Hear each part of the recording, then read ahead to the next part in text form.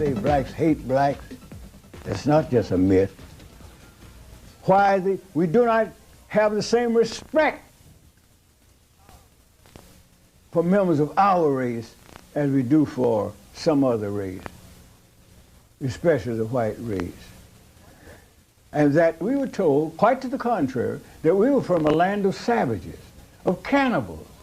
And except by the grace of God and the white man, we would have been a lost people. So we should be on our knees forever praying and thanking God that we were brought, even in slavery, to this land to escape the horrors of Africa. And this was brought in and drilled into us generation after generation.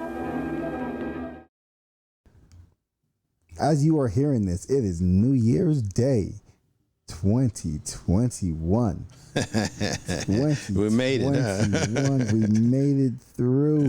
Thank you for showing up. Welcome. This is the Black Man's Book Club. I'm Uncommon Sense, and that voice you heard, that marvelous, immaculate voice, was my co-host, Mr. D. How you doing, Mr. D? Mr. D is in the house. All right. He's our teacher aficionado. Okay. Yeah, still learning. That's one thing about being a teacher. You're always learning. Right. So, I'm going to announce it right off the top. Today we're doing a little bit of a format change. You know, we got the holidays. We're in the midst of the holidays. I'm celebrating Kwanzaa as we speak. Christmas just ended. New Year's is coming up, and you know, it's. I want to give us something light, right? There was a ton of things that happened this year that you may have missed, that didn't get their due in the news because it was a horrible year. And so we're going to talk about some of those things. We're still going to talk about the Kingdom of Kush because I said we would, and but we're going to talk about a few black individuals who did not get their due in the news. So before we get into that, Mr. D, as is our common tradition, do you have a feel good story? Yeah. I had one of the best Christmases, and then, you know, there are members in my family that celebrate Christmas, so for the sake of peace, you know, I kind of went along with it. But it was a lot of fun, man. It was a lot of fun. You know, the joy in the kids' face. I'll remind them that the reason for the season is Jesus Christ's birth, you know, but like the gift thing was quite amazing, you know, all the different stuff they got. Like, for example, the 2-year-old got a Kindle. Can you imagine? No, you're like, great. What? I said, Dad, what are we going to put on the Kindle for her to read? You know, story time. Yeah, you know, it's like now so that takes that to a whole new level, and it's kind of good because you know, she'll learn how to deal with that. She has a baby computer, you know, like ABCs, 1, 2, 3s, shapes, colors, numbers, sounds, and all kinds of stuff like that, you know, that she can operate because she wants to press the buttons like she sees, you know, her brothers do. Right. So the joy in that, some educational stuff, some fun stuff for the older boys, you know, I got some threads. Come on. You know, somebody was signifying. You know, they were like, I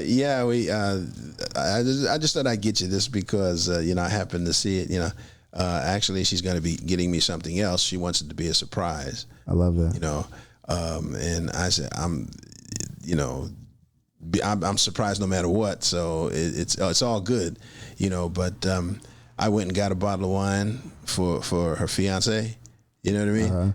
But I did a lot of search with that, and while I was inside the place, all the white women, you know, and it's important that you understand because they were, oh, she's so cute. Right. You know what I mean? Can I touch her hair? Yeah. Yeah. They didn't do that because she had a hat on. She had like a Rasta type hat on. You know what I mean? That was pink and glittery. Yeah.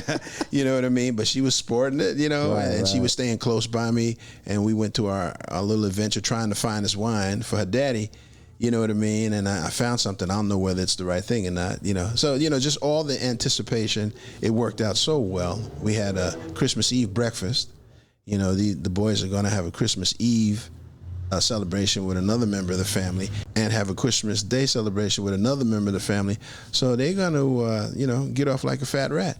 I love it. You know, it's beautiful, man. You know, how can you be wrong with that? You know, you can't. Yeah, you can't. And you know, the thing about that is you created a memory. What was that? A memory, something that can never be taken from you. Yeah, precious. My feel good story is actually it's also Christmas related, believe it or not. Okay, I don't celebrate the holiday, right? And everyone who knows me knows that I don't celebrate the holiday. Right, we know that. However, a coworker of mine who knows me very, very well. In fact, okay, let me explain to you. He's not just he's a coworker. But come on with it, bro. He's something else. Yeah. Tell us. So, first off, he's a 50-year-old Norwegian guy. Interesting. No, he's not Norwegian. He's Polish. That's even more interesting. Right. I can picture him now. He's a big dude. He's about 6 foot. Got a beard down to his nipples. Yeah. You know what I mean? But he participates in those Highland game competitions. Oh yeah. So he's a big dude, burly man, huh? And he's a jerk.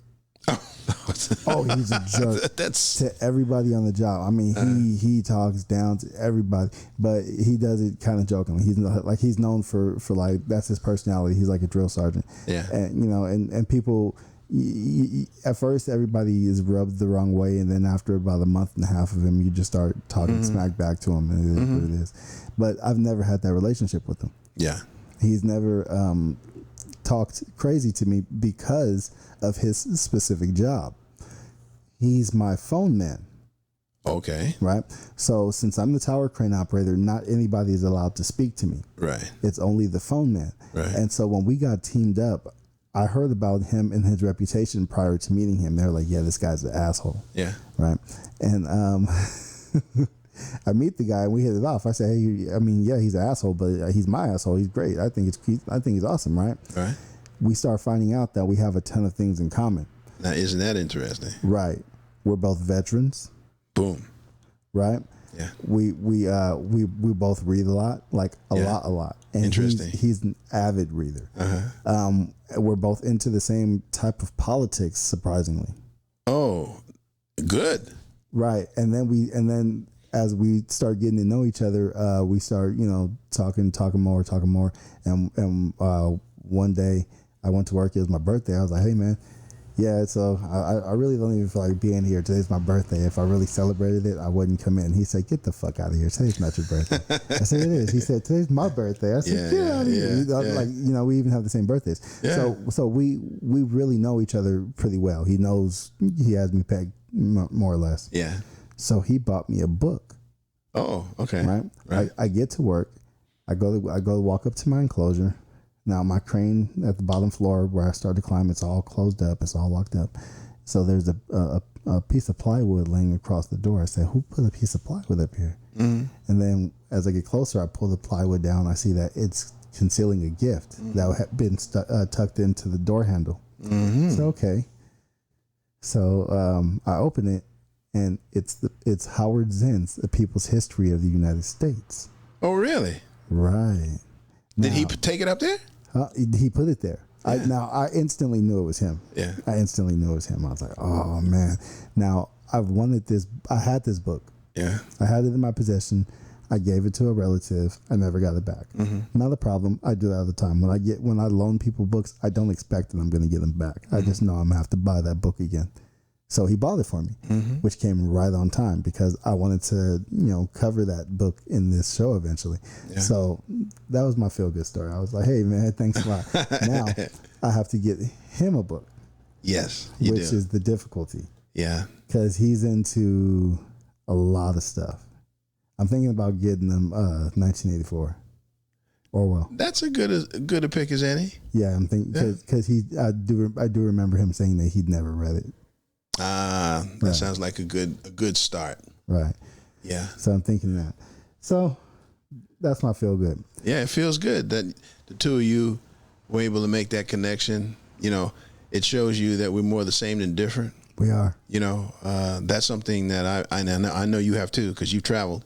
I certainly learned it when I travel. We're more the same to different people from places. Like you're a absolute, complete, total stranger. Right. You know what I mean? And they'll stop and try to help you the best they can.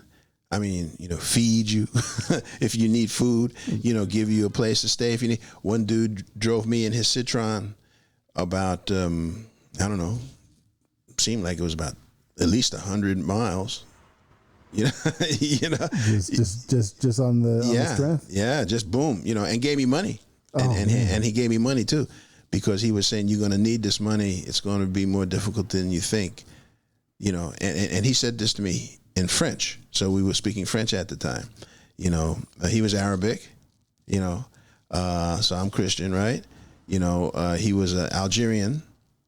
He was driving from one. He had two households, two families, and that's important, because in Islam you're supposed to have separate households, right? Not to have them together. At least that's my understanding of it. And he was driving from one family to the other family, and he just stopped and picked me up because he saw me standing there on the side of the road, and drove, and we talked, and I'll never forget it, man. The stranger. And you're more the same than you were different. Yeah. That's something that can carry many people very far. I mean, literally, recognizing the fact that we are more the same than different. How do you find out? How did who find out? How do you find out that you and other people are more the same than you were different? You got to talk with them. You got to build relationships with them. You got to ask them questions. You got to be straightforward and honest.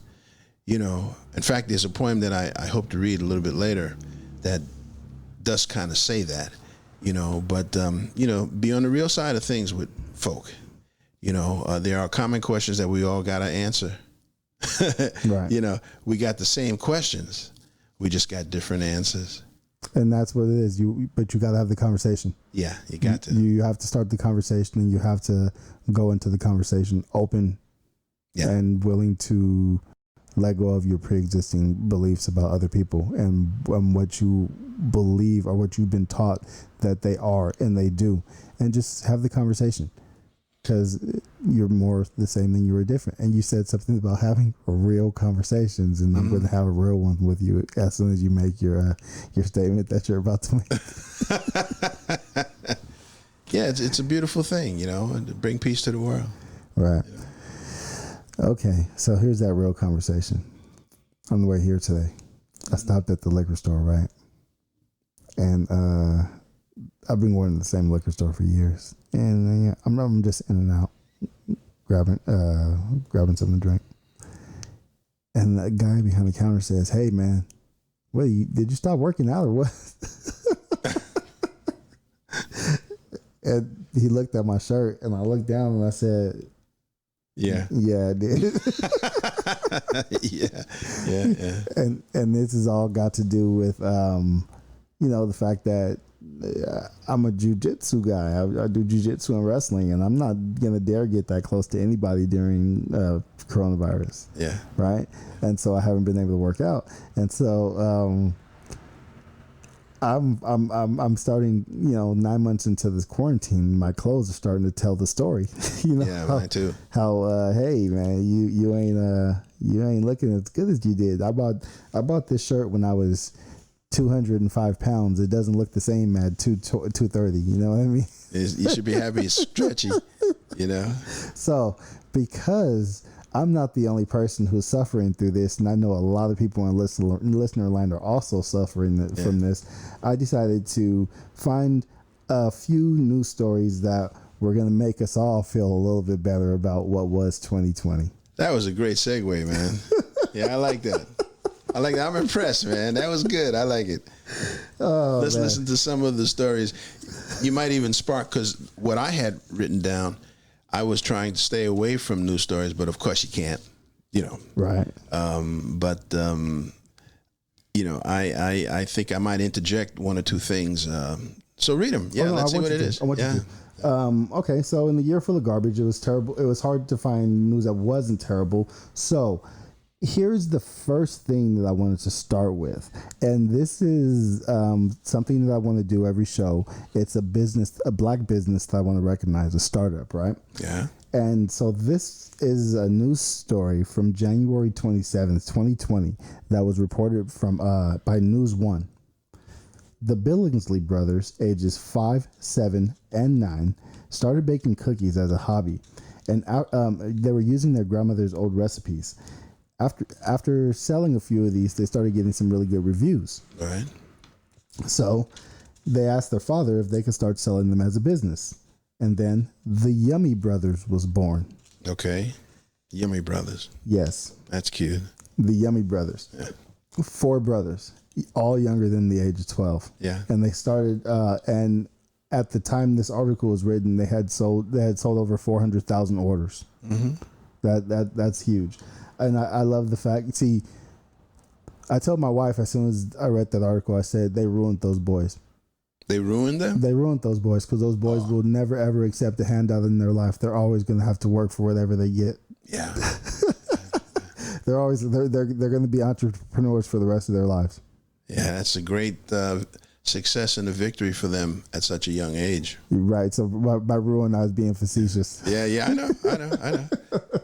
So the article also mentions a young girl named Courtney Alloye, who was the 5-year-old girl who became the youngest black CEO to have the youngest CEO, period, to have her products sold at Target. I think I've heard about that story. Right. I think I've seen a picture of her. Young black girl. Right. Little black girl. Yeah. And then that also made me think of... Smart and intelligent, too. She was very articulate, I believe, in the interview. I thought so, too. Yeah. That also made me think of the young girl from a few years back who became the first, I want to say, millionaire from selling lemonade. She started a lemonade company and it blew up. That sounds a little vague to me. I'm gonna before the show's over, I'm gonna find that one. Okay, but that was dope. Good for them. So here's this one from February, from Teen Vogue. The headline's titled Lash Nolan is Harvard Medical School's first black woman's class president. Let me say that again because I know I messed it up. My tongue's all tied. I got the gist of it though. Harvard's first woman class president, first black woman class president of the medical school. Yes. So here again, Harvard Medical School's first black woman class president. The article is written by Victor Anthony Lopez Carmen. That's a double last name, hyphenated last name, Lopez Carmen. Most people know her by Lash, but her name is Lysandra Nolan. Lashara attended Los Osos High School in Rancho Cucamonga, where she moved in her later childhood. She served as class president there for 4 years, and after graduating Los Osos, she attended Loyola Marymount, where she served as the student council president for all 4 years. Yeah. She's going to become vice president one day. That's what I was thinking. Bless her heart. In 2017, she received a Fulbright scholarship and started at Harvard Medical School in 2019. Congrats to the sister for an awesome display of black excellence. But if you get a chance, also read her interviews with NPR or Teen Vogue. She's a super conscious sister who uses her platform to bring awareness to inequity in society. I read her interview and I felt like I was reading my own personal words. Yeah. It feels good. Feels real good to know that. When we check out of here because we old, there are hands that the torch can be passed to. Right. It's beautiful. And they're emerging. And see, here's the thing that I didn't write in my write up about her. I listened to an interview she did, and I read an interview that she did. I read the NPR interview and the one she did with Teen Vogue. Right. And she's from Compton. She went to Los Osos High School in Rancho Cucamonga, but that was after she moved there just before high school. Uh-huh. She grew up in Compton, and she talks often about how growing up in Compton in the environment that it was made her a gritty person. It gave her the go get it. Right. So I really appreciated that, being from Compton myself. Yeah. Yeah, I've met some beautiful children in Compton. I've met some beautiful adults for that matter. It's not like the news always showing somebody running from the police or handcuffed or some nonverbal, unarticulate person, drunk or something, right. There's a lot of people in Compton that got it going on. It's like all the other black areas around the entire country. Right. Not nothing to shake a stick at. The ghettos. Yeah. Okay. I didn't want to say ghetto. The ghettos. But it makes you realize that our community is alive and thriving. It's getting better, and in spite of all of the stress and strain and challenges, and that whole notion of, because I keep hearing it, disproportionately affected. Mm-hmm. It's like everybody just think about that for a second. How many times have you heard that this year? And it's always the black folks. Right. The Latin folks, the poor people, the people that ain't got this, that, and other, but yet their families are growing. Their lives are evolving and changing in spite of all of that upset, in spite of all of that negativity, destructiveness, and all those things that have been put in their way to try to make them trip up and fail. You still got people like these young boys and this young girl, and there's millions of them all over the country, just making it any old way. Right. And I agree with that 100%. You know what? And to add to that, I will say that 2020 was secretly a very, very strong year for black women. Strong year. A strong year for black women. Okay. I was combing through things that I wanted to talk about this year, and it was very hard not to make a year full of just women-centric stuff. I thought to myself after I looked, because I made a list and I kind of started narrowing it down, and I was like, man, this is supposed to be the Black Men's Book Club. Someone's going to accuse me of being a feminist. Yeah. yeah. They might do that. But if you're going to be fair, it's like a lot of sisters got it going on, and there's a lot of progress has been made, Absolutely. For whatever reasons. I mean, I could talk to either side of that, but where progress is made, it needs to be recognized and noticed. Right. And that's the thing, like for these articles that I found, I was very specifically looking for things that weren't in the mainstream news. I didn't want to, I could talk about Kamala Harris, but why? Everyone's talking about Kamala Harris. No disrespect to Kamala Harris, but I want to talk about some of the things that should have got a bigger shine, but got snuffed out by the darkness of 2020. But I would say that our listeners really have to dig a little deeper. Right. That comes out of one of the cartoons that my daughter watches. That's the which one is it, the Frog and the Princess, or the Princess and the Frog? Princess and the Frog. Yeah, and it said dig a little deeper. Money ain't got no heart, money ain't got no soul. That song. You got to dig a little deeper, man. And you will find what you're looking for. You want to hear the black people knock on the Princess and the Frog? What did they say?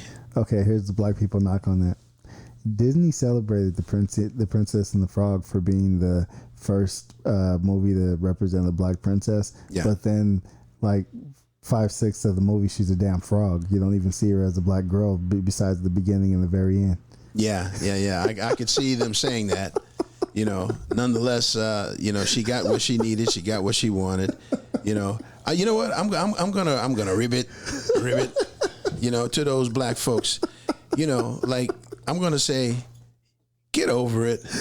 You got to find something with everything. Then make your own damn movie. Right. Then shut up. Or make your own damn Disney. Yeah.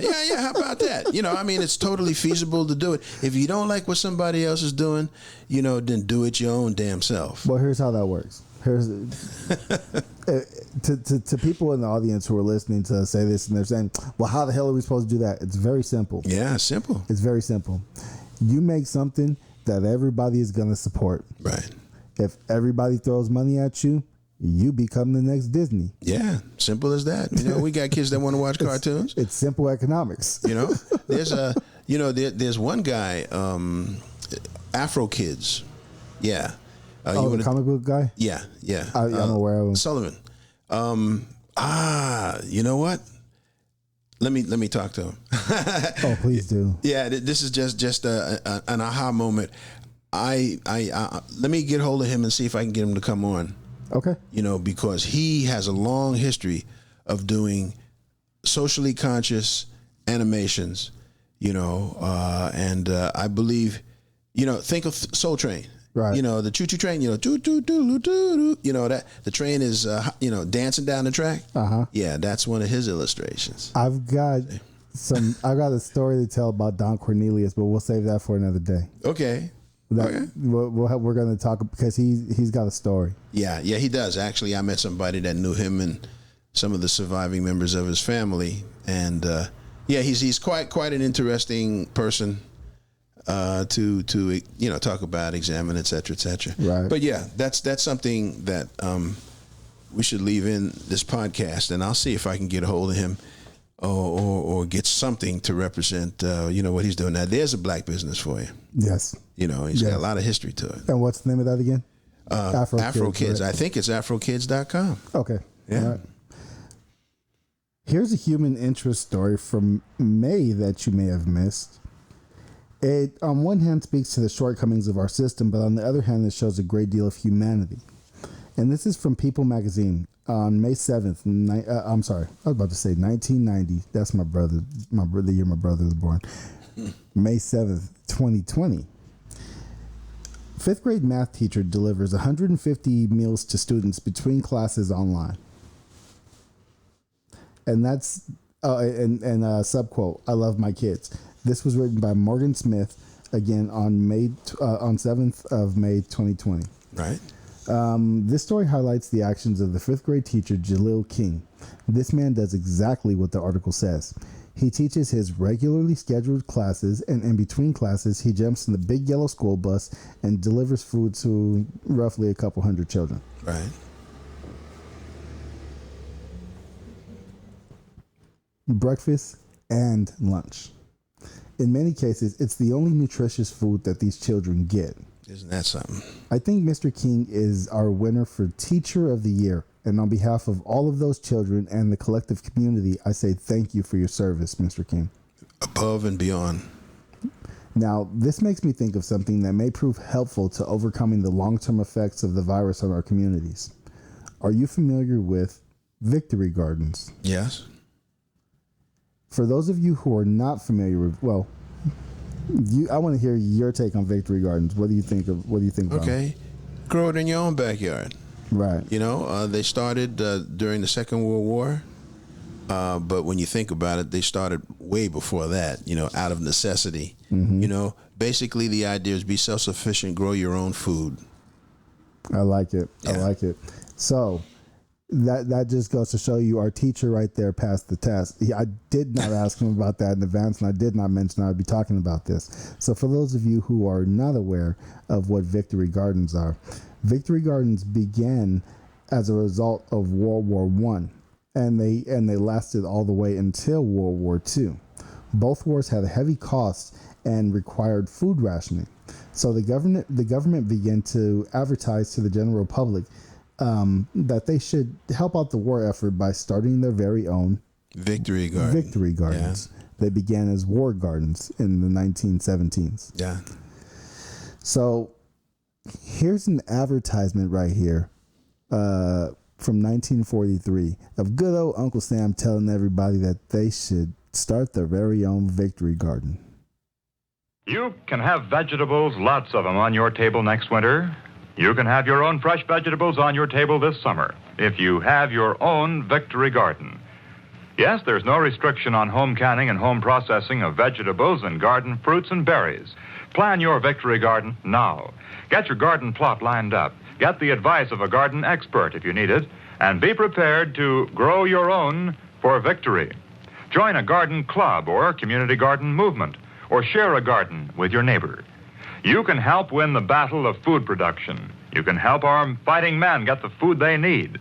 You can help save the vital metals used in commercial canning if you grow your own Victory Garden in 1943.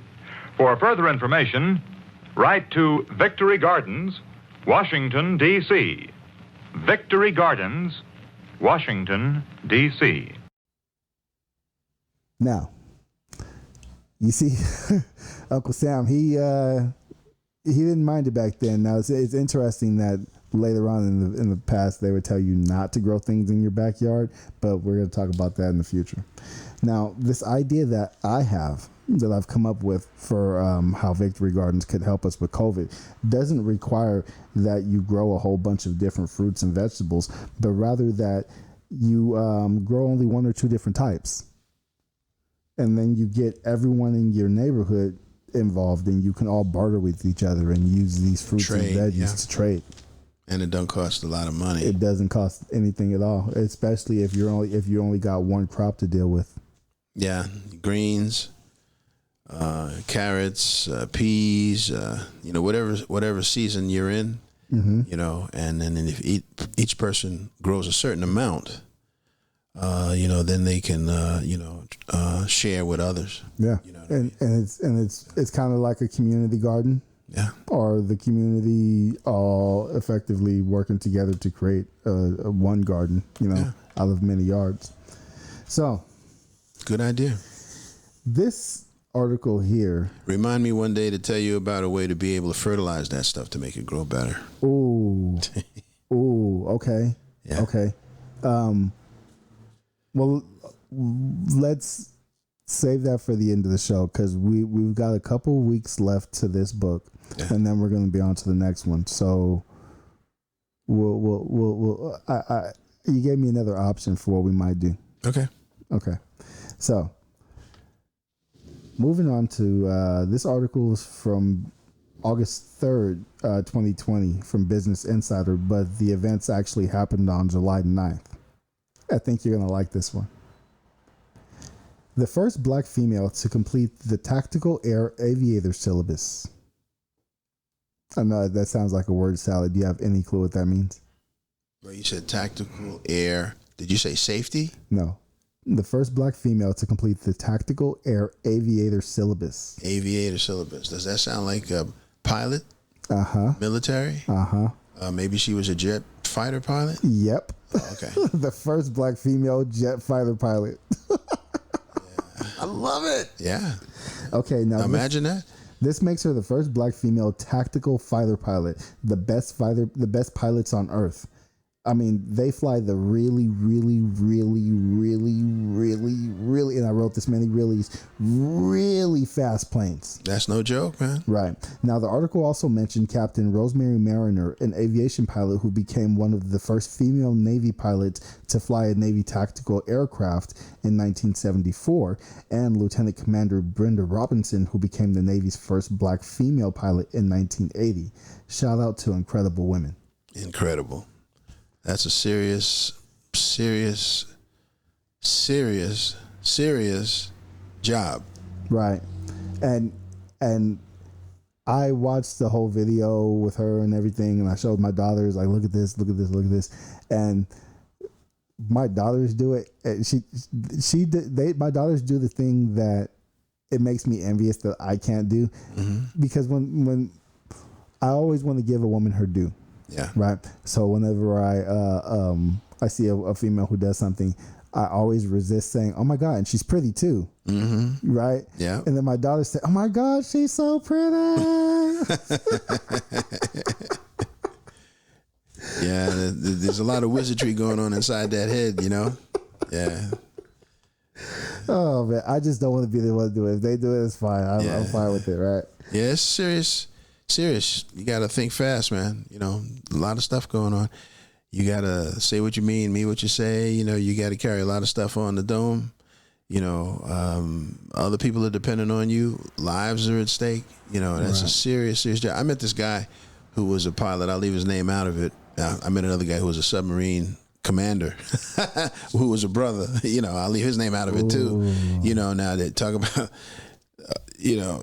that's serious too, Right. But see, we're basically saying that we got brothers and sisters, that are in the military and they've gone as far as they could go, I'm a tower crane operator. Yeah, that's serious too. But we get places. Yeah, we got skills. We get places. I mean? Yeah, we do stuff. You just got to keep on keeping on until you get there. And stop being surprised when you see a brother and sister there. Now, in a case like this, a female fighter pilot, that's saying something. Yeah, Yeah. That's saying something. Yeah, and the interesting thing is they're probably regular people. The guy that I met, he was on the, you know, what did they? How do they do the first letters in front of the ship? SS. I'm not sure. It escapes me at the moment. But this is on number. I think it's 73 or 76 or something. It's the George, the aircraft carrier, the Bush. I don't know. Yeah. Anyway, maybe you know, he's seen. You know, I mean, he's flying off an aircraft carrier. That's crazy. You know, man. yeah. You know, you ain't got too much room for a mistake. You got to be on top of your game. And then landing. Yeah, landing at night. That's what I'm worried about. Is landing on, taking off of the aircraft carrier. Okay, you can get up enough speed that even if you get a little wobbly, you can maneuver that. You can maneuver it. Yeah. But landing. Yeah, landing is serious. And you have to hit that wire. You got to hit the wire, man. Ooh, you know, you coming in at 100 and what is it, 160? I believe it is.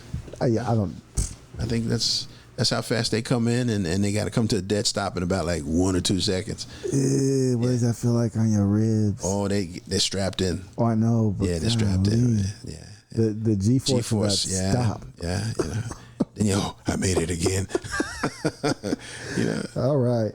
Well, this one I'm going to go through a little bit of a preamble to get to it, but moving on.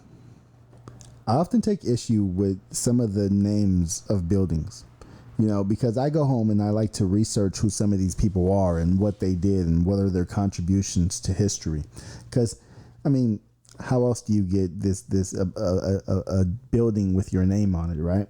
Well, sometimes it's an homage, like in the case of the Astronaut Islands in Long Beach. Are you familiar with the Astronaut Islands? No. I guarantee you've seen them. You know when you're coming over the Vincent Thomas from San Pedro, and then you come over the other bridge, and right there in downtown, right there in the port, there's those islands with apartments and whatnot on them. What do they call them? The Astronaut Islands. Astronaut Islands. Astronaut Islands. I didn't know that. Right. The only reason that they're called the Astronaut Islands is because they're named after 3 of the astronauts who died in preparation for the Apollo 1 mission. Okay. Right? But those islands had nothing to do with space travel. Mm-hmm. The interesting story behind those islands is they were built in the... Astronaut Islands are man-made and began as a massive oil extraction facility. There were rigs on each island, and in the 60s, the apartments were built to disguise the ugly look of the oil rig as well as dampen the noise. It was all part of a beautification project by the city. Sometimes places are named after monsters, however. Like in the example of a few members of my family have attended Andrew Carnegie Middle School in Carson, California. He gave all his money away in the end, and that's great. That's a great way to remember him. But he had blood on his hands, and just remember that. Yeah.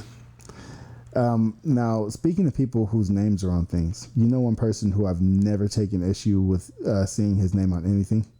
Who's that? I haven't had issue with the theater, or the park in Compton, or the string of gyms, or the partial ownership of the Dodgers, and that's Magic Johnson. Mm-hmm. Okay. Now, all that preamble was to get to this story. Okay. This is from Black Enterprise, written by Derek Major on August 27th, 2020. This story, before I get... The story actually begins to unfold in mid-May.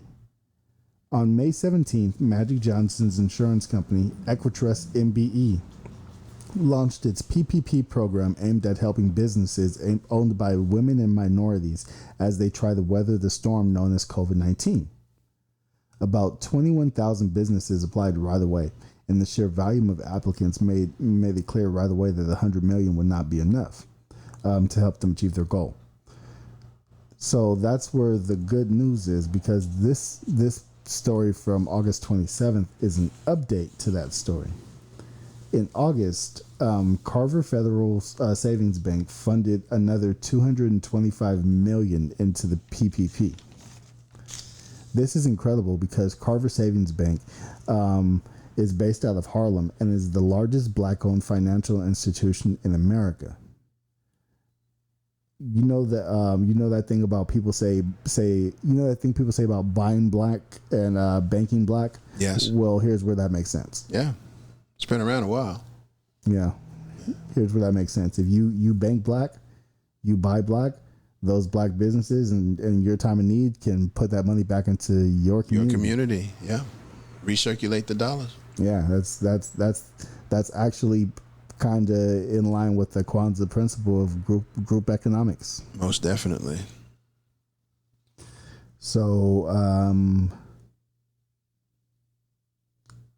let's see. Oh, and finally, to wrap up the year, before I get to this one, let me say that despite all the nonsense, again, 2020 was a year full of strong performances by black women.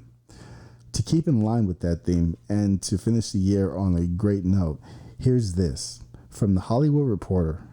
Just about 2 weeks ago, December 15th, 2020. Tiffany Haddish to launch the She Ready internship program. You smiling? What you got? Yeah. I she's done some interesting things.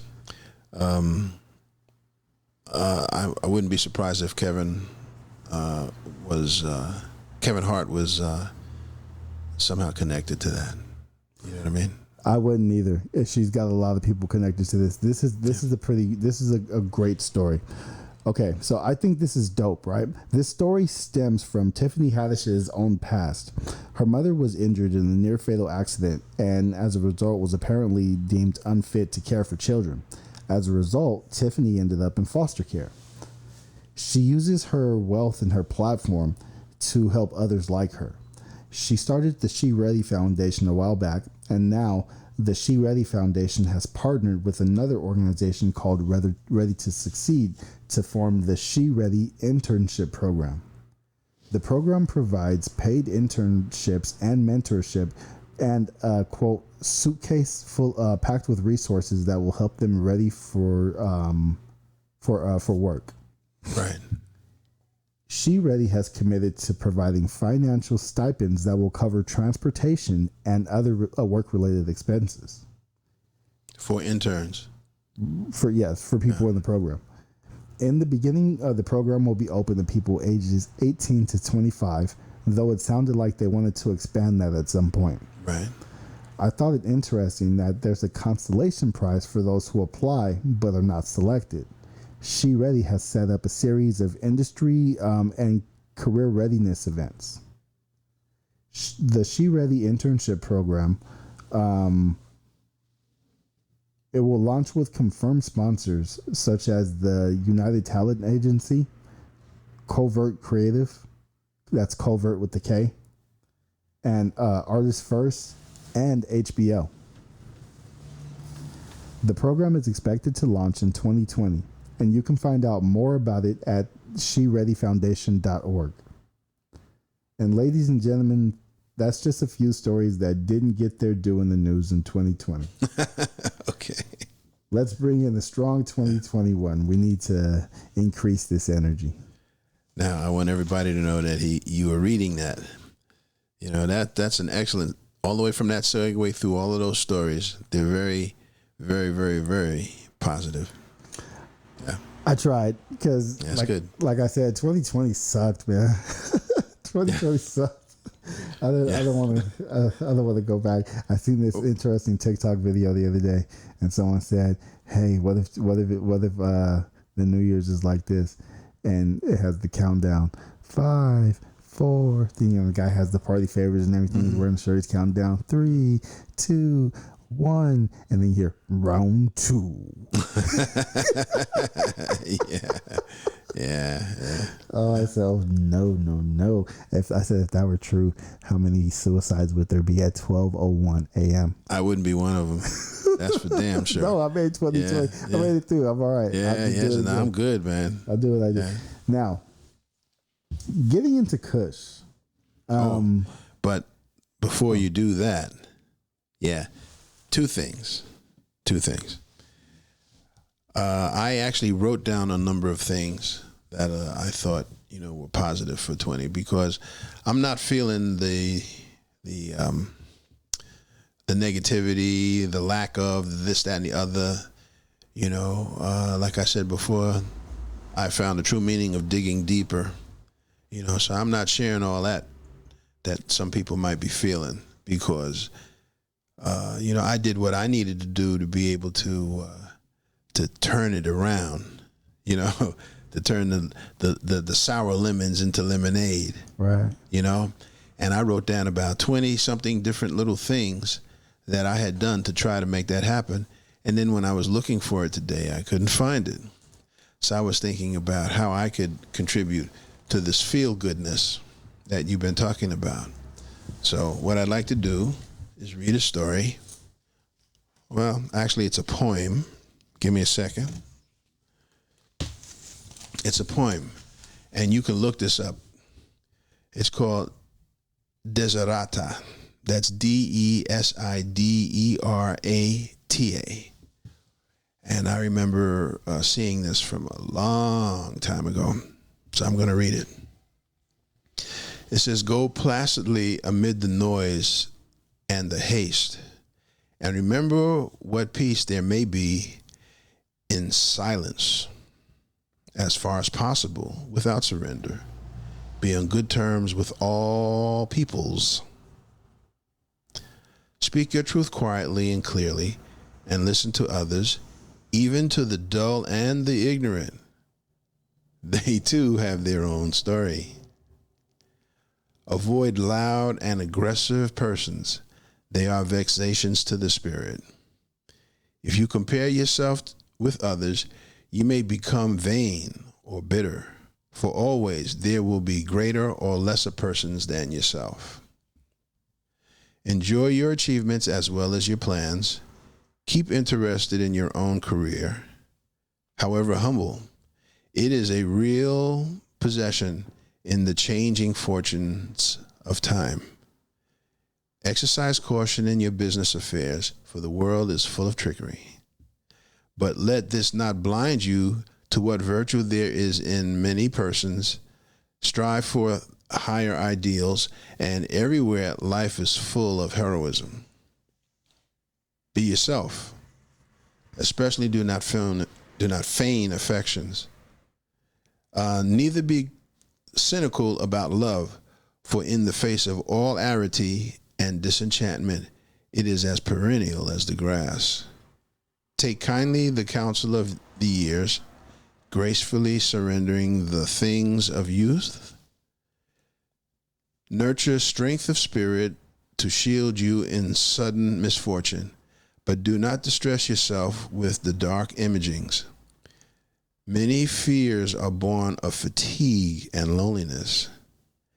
Beyond a wholesome discipline, be gentle with yourself. You are a child of the universe, no less than the trees and the stars. You have a right to be there. And whether or not it is clear to you, no doubt the universe is unfolding as it should. Therefore, be at peace with God, whatever you conceive him to be. And whatever your labors and aspirations in the noise of confusions of life, keep peace in your own soul. With all of its sham, drudgery, and broken dreams, it is still a beautiful world. Be cheerful, strive to be happy." And this was written by someone named Max Ehrmann, spelled Ehrmann. And I came across this, I'd say about 50 years ago. Oh, this whole time, that was the one question on my mind. Was this written in 2020? No. Oh my God, it fits. Yeah, perfectly. And as I was struggling to try to so now, what can I offer up to our listening audience? What kind of, golden nugget of advice could I give? As I was driving here, maybe about, 15 minutes before I got here, that came to me. Now, I pray, I meditate, I'm saying like, well, I need an answer to the question, and just before I got here, the answer came in perfect time. Like you say, if you research this and you can, I spelt it out for you at the beginning. So, back up the podcast, get the spelling, Google it, and you'll see. I think that's proof enough. And they have other things in there, they may have the meaning of, the definition of this, that, and the other, other people who have written about it, all kinds of quotes and things. But if there's anything in that poem that anybody that's hearing us can tell me is not true, then please write Uncommon and let me know. Please do. Yeah. Please do. I'm serious about that. Because if there's anything, when Common said, feel good for 2020, I got a lot to feel good about. Right. I'm alive. I'm healthy. I haven't caught the COVID. You know what I mean? The information that I got from a friend of mine that works at UCLA has been rock solid the entire year. Mm-hmm. You know what I mean? I'm developing different skills from the skills that I had before. Right. So I'm going through this thing and I'm coming out with better. I've realized that if the cell phone gets turned off because I don't have enough money, so be it. Right. But the real important thing is, are you healthy? You see, the challenge is like, don't get caught up in all the BS. You know what I mean? The political stuff and the misinformation and this, that, and the other. Use your own good common sense. Strive for the things that you think are important. Get tight with your family. Get tight with yourself. Right. I like what you said. And 2020, if you haven't really learned anything else, you should have learned how to budget.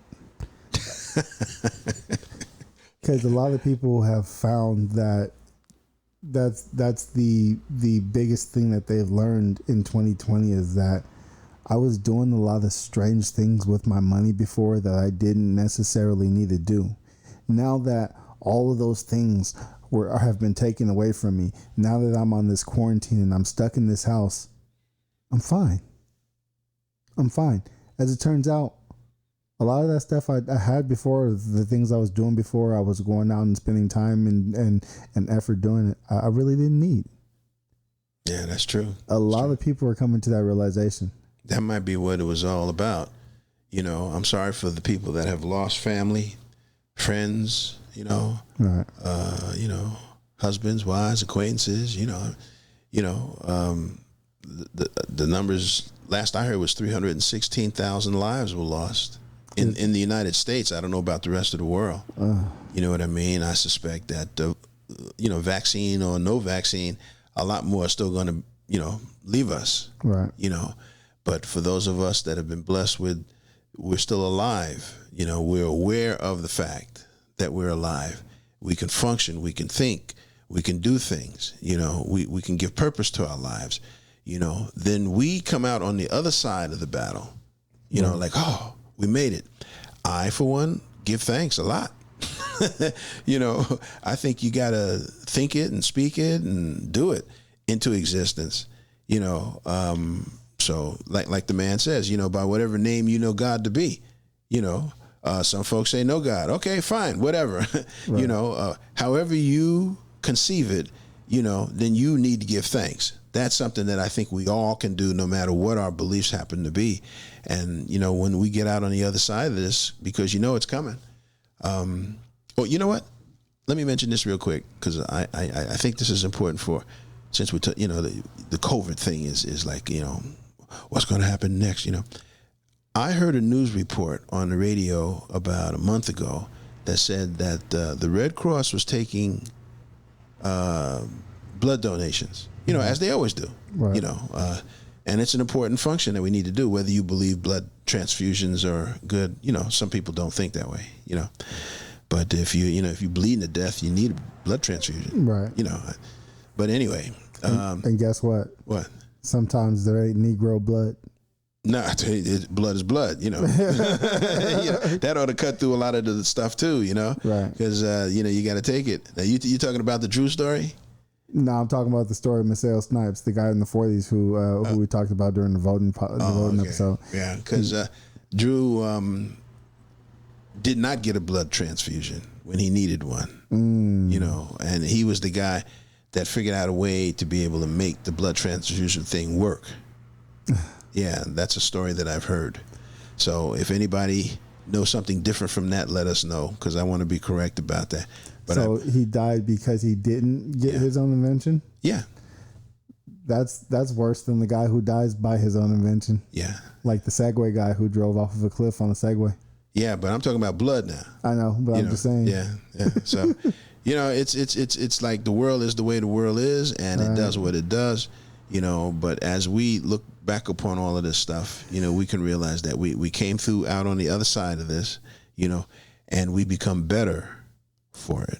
Yes. You know, you can choose to moan and groan and complain and make all kinds of yada yada and stuff, you know, but I don't think there's anything that you cannot overcome. That might be why a lot of people are jealous of us. Us folks. You get what I'm saying? Right. You know, and but the fact is that we've done it for time immemorial. You see? And that means that 2020 is going to fade into distant memory. I'm going to struggle for a second with the conundrum of saying this on a history show, but okay. Don't live in the past. Yeah, the conundrum. Huh? Don't live in the past. I mean, 2020 is over. I hate to say pick yourself up by your bootstraps, but don't say it. In a way, you're gonna have to. Yeah, say it. In a way, we're all collectively gonna have to, and we're gonna have to rely on each other. We're gonna have to communicate with each other and lean on each other to get through this. Think about family. Yeah. You know, you got people in your family. Those are the closest groupings of people that you probably know. You got friends too. You got associates, you know, et cetera, et cetera. You know, and you know, get with them and talk with them. Like who do what, you know. Yeah, don't get with them all. Don't get with more than 10 of them at the same time, though. don't get with too many at once. But get with them, though. Yeah, get with them. Have the communications. Use the phone. Yeah. Talk to them. You know what they got, how they contribute to the party. You know. Right. Yeah. So, moving on. Oh, did you have anything else? For the feel good stuff. You said you wanted to read off. Did you have anything else you want to read off? As far as the feel good stuff, I think that's it. Okay. I think what I'd like to do before you talk about Kush is to just point out a few things. I'm going to try to be as brief as possible because our opening, you know, felt good. We ran with it.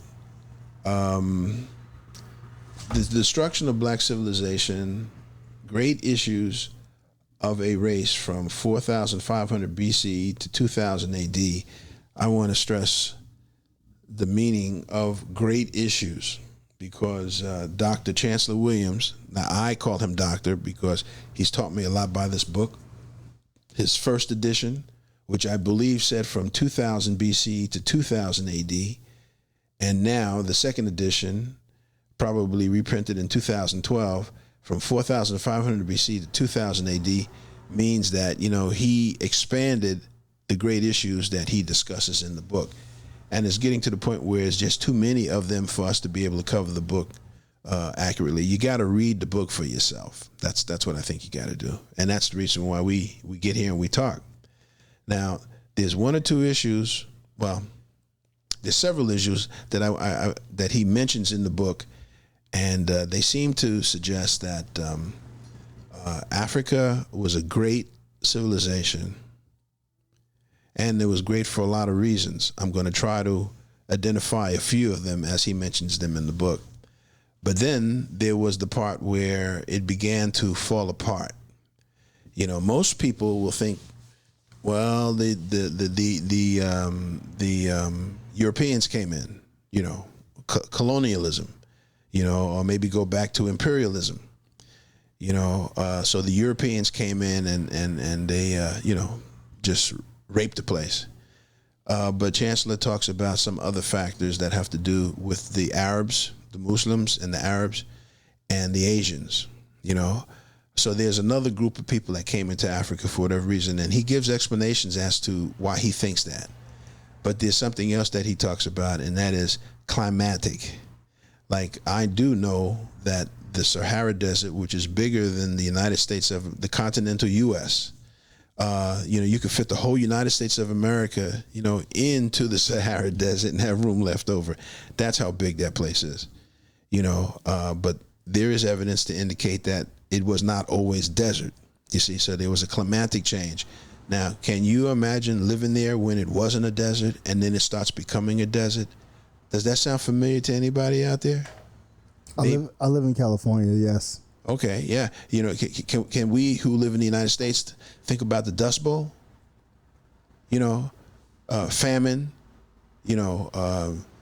bad conditions. It's like people got to move because they can't live there. No water, no food, it just gets to the point where it's arid, unlivable land. So African people with less technology than we happen to have now, found that to be the case. So can you imagine living in a place without, cars and, communication and things like that? It's like very country, very rural. You're like very independent. You got to have a well on your property, because you're not having water pumped to you from the municipal. You don't have electricity and things like that. Can you imagine what would happen if all of a sudden what was green became brown? Sand and dust and stuff like that. So these people had to split, and he gives a very cogent story about how these people began to scatter and they began to separate. But even before that, he also talks about the fact that there was a number of values, a number of core beliefs that the African peoples had, as if they came from one people. He makes that case in several places in the book. Now, it's a big, heavy book, but I'd like to be able to point out a few examples of those kinds of core beliefs. I have a clip that I'm going to add in. I think, because it actually speaks exactly to what you're saying.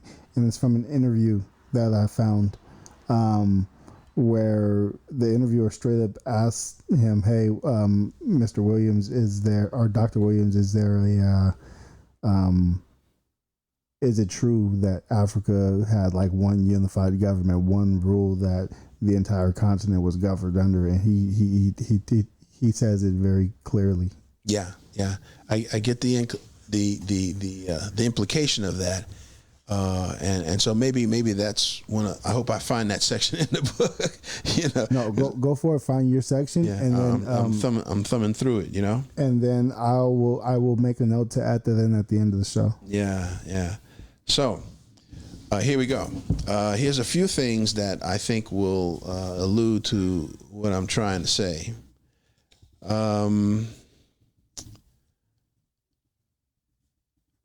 Okay. Let's start here. Fragmentation and isolation. This is on page 46, second paragraph.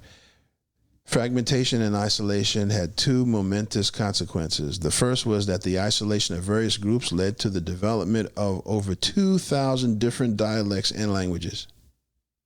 2,000. The second faithful outcome was that the rise of all these tongues widened the gulf between the blacks, overcame what was the rise of all the tongues, widened the gulf between the blacks that territorial distances had already achieved. One should pause here for reflection. If there is any serious attempt to really understand what happened to the African people and why, then for even without the aid of Western writers in emphasizing the language differences and the cultural variations and attempting to show how unrelated the blacks were, they, in time, came to consider themselves unique, and each society not only independent of the other, but independent of its enemy. Now, the enemy he's talking about, the invaders. He says, a disunity and mutual suspicion between an African way of life was the rule. Small chieftains sprang up everywhere, often no more than a village of 100 or perhaps 200 people. Africa therefore presented itself to Asia and Europe as the ideal land for exploitation, enslavement, and conquest. Now just think about that for a second. You know, these folks came in after all of this stuff happened. You know what I mean? It was already weakened by the climate and by the fragmentation, the isolation, the independent groups of people with different languages and customs, which would normally grow out. Now, we're talking about a long time ago. You know what I mean? Right. See, so I think that's a very plausible explanation. You know, he goes on to say that the history is complex and many-sided and would be so if there were discussing just one nation, but not for an entire continent. This is why our focus must be on the main lines of development, the African-wide aspects, and the unmistakable common origin and current-wide sameness of basic institutions, which had universal effect on them. You know, and he goes on to talk about a lot of different things. So I think that sets it up to the point where I can skip a couple of pages because, I mean, I'd be reading, the book page by page. You know what I mean? But I think that's the hub of the wheel. Maybe I can pick this part out real quick. It says, we have spoken so much about African deserts of sand and rocks that one might be misled into thinking that it was this kind of land alone that could not support a population. But there was a vast non-desert areas of hard red and brown soil that had been leached by heavy rainfalls, robbed from its essential elements for vegetation. Things like calcium and phosphorus, and of course, rich humus topsoil. And so he talks about how the soil did not harvest quite the way it had been fertile once, Mm-hmm. And I think we can say, the Nile in Africa is heading north, Right. You know what I mean? With the heavy tropical rainfalls that would occur, it does seem like the soil could be eroded into, that huge long river, and then that soil gets carried basically downstream, which is north, and it ends up in, guess where? Egypt. Mm-hmm. Fertile Crescent, Egypt. Right. You see what I mean? So it makes a lot of sense to me that these explanations are very, very, very plausible. Now, so that I don't get too long, I just want to read because I can't find some of the things that he says about that. I want to mention something about preconditions for progress. Yeah, he identifies a number of things that he thought these were preconditions for progress. One of them is that the people must become famine-free, and they must be able to settle down and end their perennial roaming from place to place in search of food and water. That seems solid. 2, finding suitable territory. The leaders must proceed through negotiations with other neighboring societies and fragmented groups for nation building. That seems like that makes sense, mm-hmm. right? 3, a critical precondition, there must be development of a sense of national community among the various language groups that make up the country. Kind of makes sense. It would seem that they would have to develop some sort of sense of national community among the various language groups that make up the country. And this was so important that it could not be left without wishful thinking or chance. It must be programmed in such a way that the sense of loyalty and of being an important part of the great united brotherhood, sisterhood, which is in itself the nation, will develop naturally and allow the 4th, which was a strong army for defense. And, when I look at some of this stuff, I'm thinking but this is a prescription for like what we need to do right now. Nation building. Yeah. Here's the 5th one. It says the reign of law and justice must apply to everybody equally, to all classes in the society. And the people must feel absolutely secure as individuals that in their and he emphasizes the word their country, there's equal justice to all. And I'm thinking to myself, well, dang, Black Lives Matter this year. Yep. You know what I mean? We're moving in the right direction. Here's somebody that's been studying the book. He did at least 2 of them, and we're going to hear an interview. 16 years of his life, if not more, and he has found out a few things that I think are worth some serious thought and conversation. So I could go on, but to try to finish this point I'm making, Chancellor says on page 54, in short, certain conditions in a country can bring about that eternal peace and stability and confidence which unshackle the mind. There is now time to think. Like once these other preconditions have been met, now people can get to the real business at hand, the thinking thing, the creativity thing, which I think many of us feel that we have as a people. No more trekking around with bleeding feet for hundreds of miles across rocky deserts. No more seeing your kinsmen fall out to welcome death along the way. He's kind of poetic like that, a home at last, better farms, plenty of food, and now time to think. Well, the question becomes, what did these people think about? Yeah, what did these people think about? See, and if you read through the book, you'll find a number of things. I think I'll skip that section, and let me see if I can find this part here. Because somewhere in the book, he talks about what he calls like an African constitution. Some of the things that he felt were county-wide. Let me see if I can get that right here. Well, while you're doing that, I wanted to say that... Got it. Okay, you got it? Yeah. And it's several pages. On page 170, he talks about some political theories and principles of ancient African constitution law and the fundamental rights of the African people. And he goes through a number of things. I'm just going to pick out a few of them because I think I've talked longer than I really wanted to. Oh, no, keep going. Yeah. Keep going.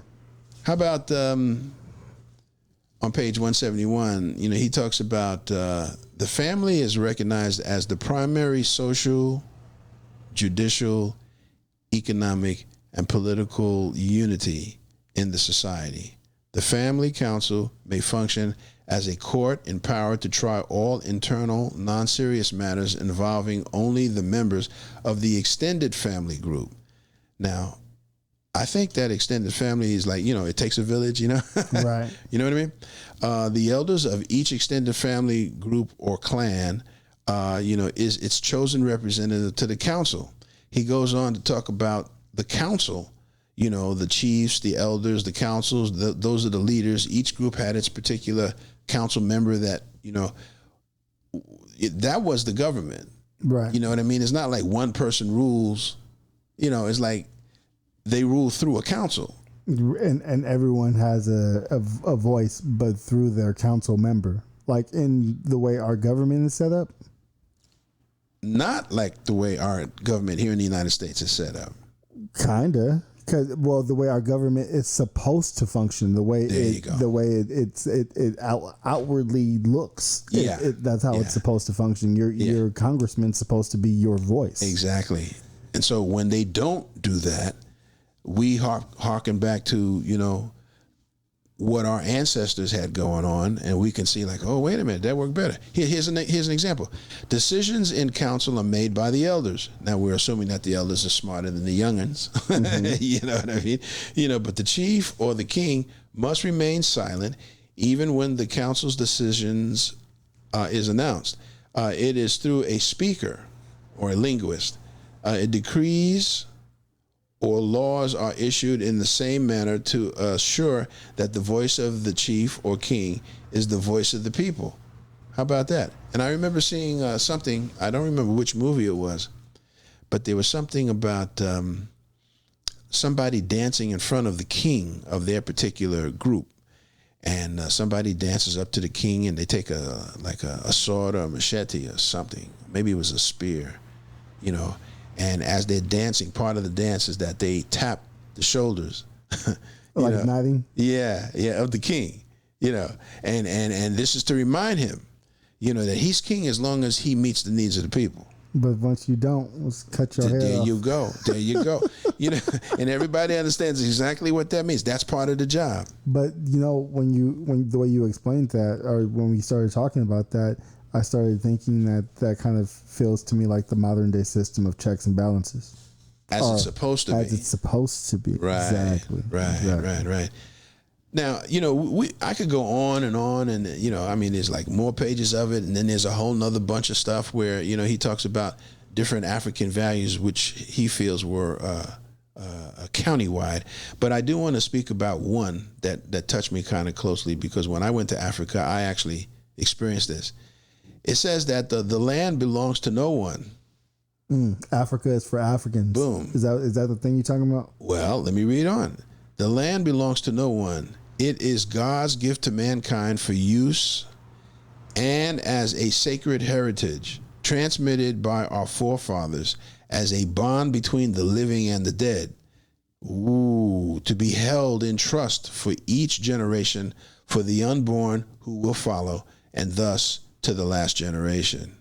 Now, I remember when I went to Africa and I wanted to get some land, they actually had a provision.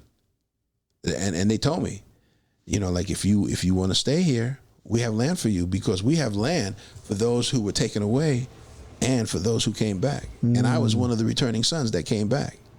So under their African constitution, like folklore, you know what I mean? Right. Traditional law. I, as an American, black, as an African American, had the right to some land. But they mentioned it to me. It's not yours. It's everyone's. Yeah. We'll give you land.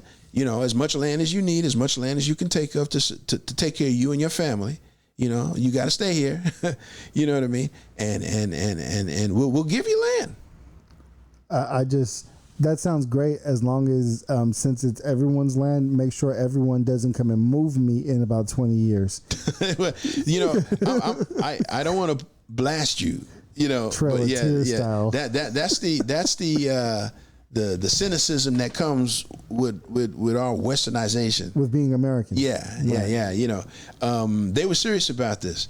Each family had a right to land, free of charge, sufficient in acreage for its economic well-being. So if more in your family came, then you got more land. It was like the council of your group that would say, okay, well, you're going to get this land over here. You see what I mean?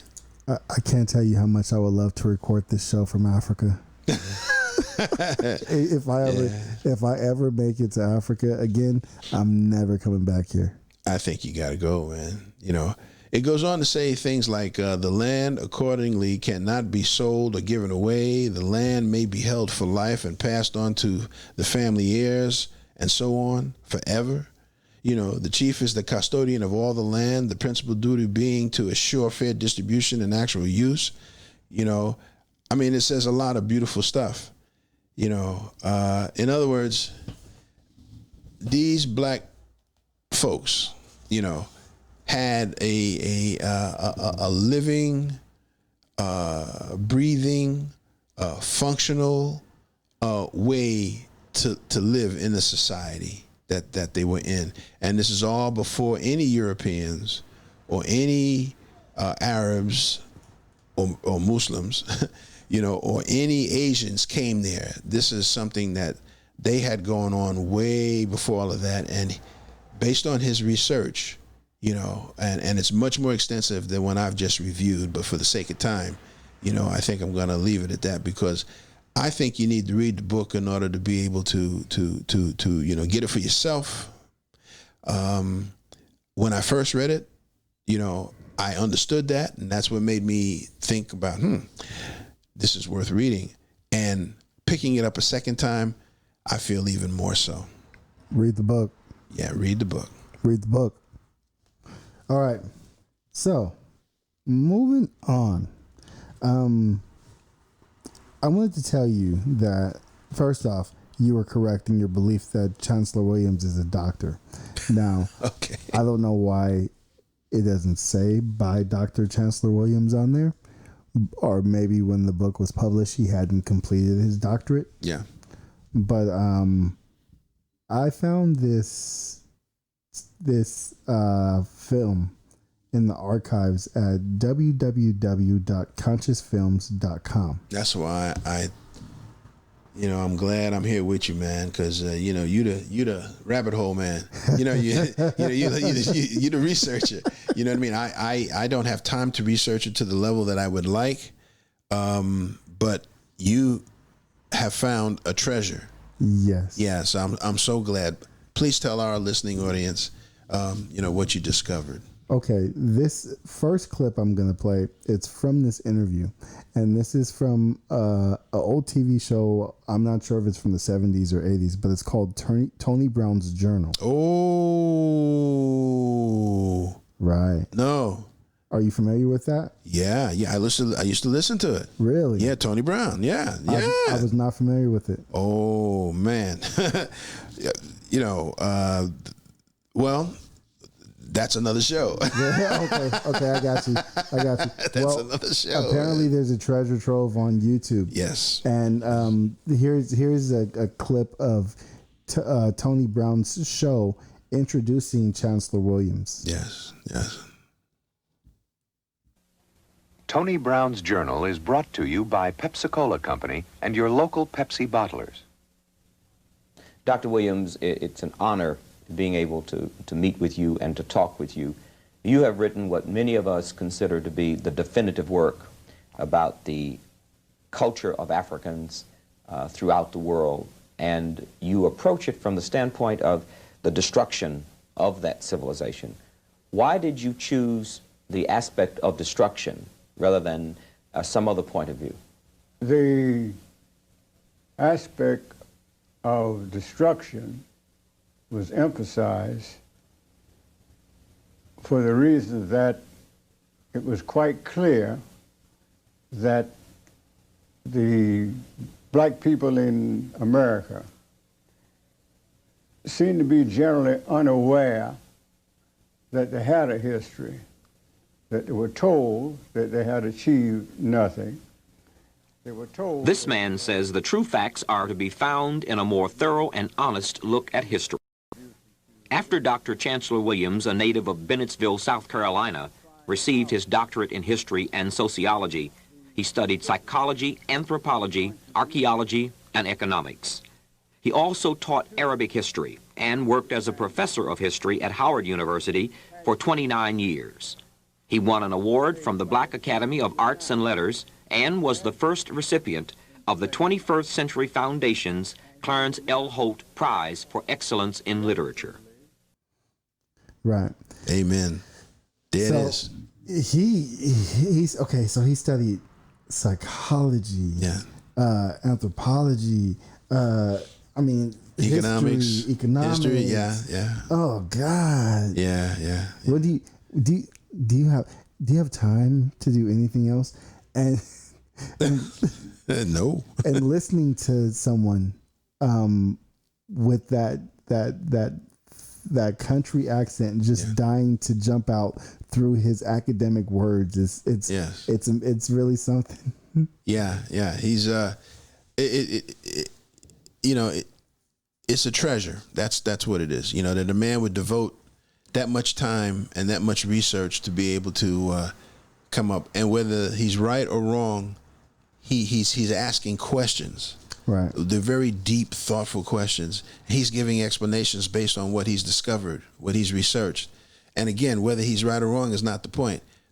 The point is that he's like putting a beacon out there. Boom. Okay. Right. So I got from here to there, and so now you that are coming up behind us, now y'all know that from here to there has already been looked at. You can kind of, this is right, this is wrong, but you got to keep moving it forward. Correct. Yeah. Correct. Keep advancing the story. Add more to it. And that's why we want our listening audience to do research on their own, and we also want you to get back to us, so you can educate us, because if we got like two people saying whatever they're saying, finding whatever they're finding, and then we got 10 people saying what they're saying and finding whatever they're finding, I think you can see how it can grow, and we can have the benefit of many more minds, many more observations, in order to be able to say to people what we have found out. Right. I think I'm going to go to once, maybe after a couple weeks after the new year. I'm probably going to go to a format where the first part of our show will be live. Mm-hmm. Okay. Like a real book club. Yeah. And so we're working that out. But I asked my wife a question, and I was thinking about Dr. Williams and all the things that he went through to produce this book. We talked about it the other day, and how he was in some places where the government didn't want him there. They didn't want the truth exposed, and he went through a lot. When he was traveling? Yeah, when he was traveling. Oh, yeah. And the amount of his life force, or for lack of a better term, that it took for him to produce this work, is hard to quantify, right? It is. So after reading the preface of the book and seeing all the hardships that he faced in order to write this book, here's another layer that adds to that hardship. Check out this clip right here, also from the Tony Brown's journal. Now, of course, the record was there to show that much of Western civilization was built upon the foundation of the land where civilization itself had begun, and this was in Africa. Therefore, the focus had to be on Africa to see to what extent the recent revelations with the turn of the century, at the turn of the century, that Africa was the cradle of civilization. To what extent could this be actually verified? And so my work was directed in the uncovering much of what had been lost, much of what had been disguised, much of what had been stolen, refurbished, reworked, and presented to Western civilization as the work brought from Africa, but presented to Western civilization as the creation of Western man. All right. So he felt his eyesight slipping, and he had other works that he was working on. He had, he had to just put things aside. He had to condense this book that was supposed to be 3 volumes into one book, which brings light to what we were talking about in the first week that we started covering this, is just his writing style. And it seems like it's a lot just pushed in there, Yeah. But him having to make all this into one volume is probably why this book has been dubbed the Black People's Bible. Yeah. Yeah. Yeah. I did not know that prior to going into this. I read into that a few places, like, the Black People Bible, and it makes sense. Reading it really makes sense. I think he was among the first, if not the first, to raise up the notion that a great civilization existed. It was blacks. It wasn't aliens from outer space. Right. It wasn't the white man. It was, and he laid it out based on his research. And many other historians and many other people, I think, he like changed the course of the discussion. Oh man, I think you wrote my essay for me today. Okay. Because I say that later on. Boom. and this is like, I didn't know that he wrote that. You know what I mean? But it's a seminal piece of work. Yes. It's like a seed was grown and it developed, and so now it's up to us to be able to carry on with the nurturing of that seed. We need to fertilize it. You mentioned that he was an economist and a sociologist and a psychologist and a historian and and this and that and the other, and when you look at people, you really got to deal with all these different aspects of the human condition. You know what I mean? And he took it on. Oh, and he took it on in a major way. Yeah.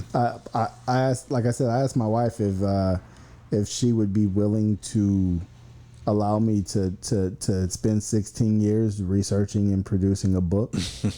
And she was like, nah, homie. I knew she was going to say no. Nah, homie. No, you got to be daddy. You got to be my hubby. All right. So the story of the Kingdom of Kush begins in a place called Kerma. You familiar with that name? Yes. Kerma? Kerma was an ancient civilization which was the precursor to the Kingdom of Kush. Kerma existed officially between 2500 BC and 1500 BC and was located in the northern part of current-day Sudan. But before I get into Kerma really heavily, allow me to say that the Kingdom of Kush is the most overlooked and disrespected archaeological site, and it is a travesty how Eurocentric historians go to great lengths to explain away their accomplishments. And I'm sure you give us some examples of how they attempt to do that. Oh, yes. The Kingdom of Kush was responsible for major shifts in the course of history at its time. But historians are very quick to paint black people in a white light. Now it's very important for us in 2020 to also consider when reading this book what narrative Chancellor Williams is responding to and how does this differ from today. Dr. Chancellor, in a way, was responding to a narrative that kind of no longer exists. In this book, Dr. Chancellor speaks towards different groups having different influence over Egypt and claiming responsibility for different historical accomplishments. He speaks about the Asians and the whites, and in 2020, the argument is less Eurocentric than it was at the time when this book was written. The actual accomplishments of blacks in history was minimized or lost due to whitewashing or brownwashing on the part of so-called Egyptologists.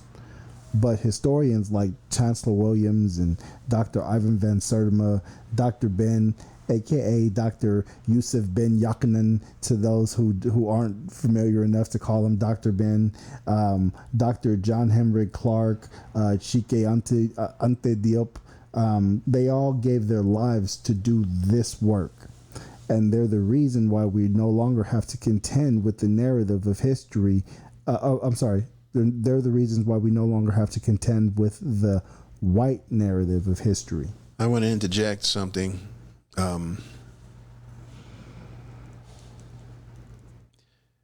Those are men that wrote, studied and wrote.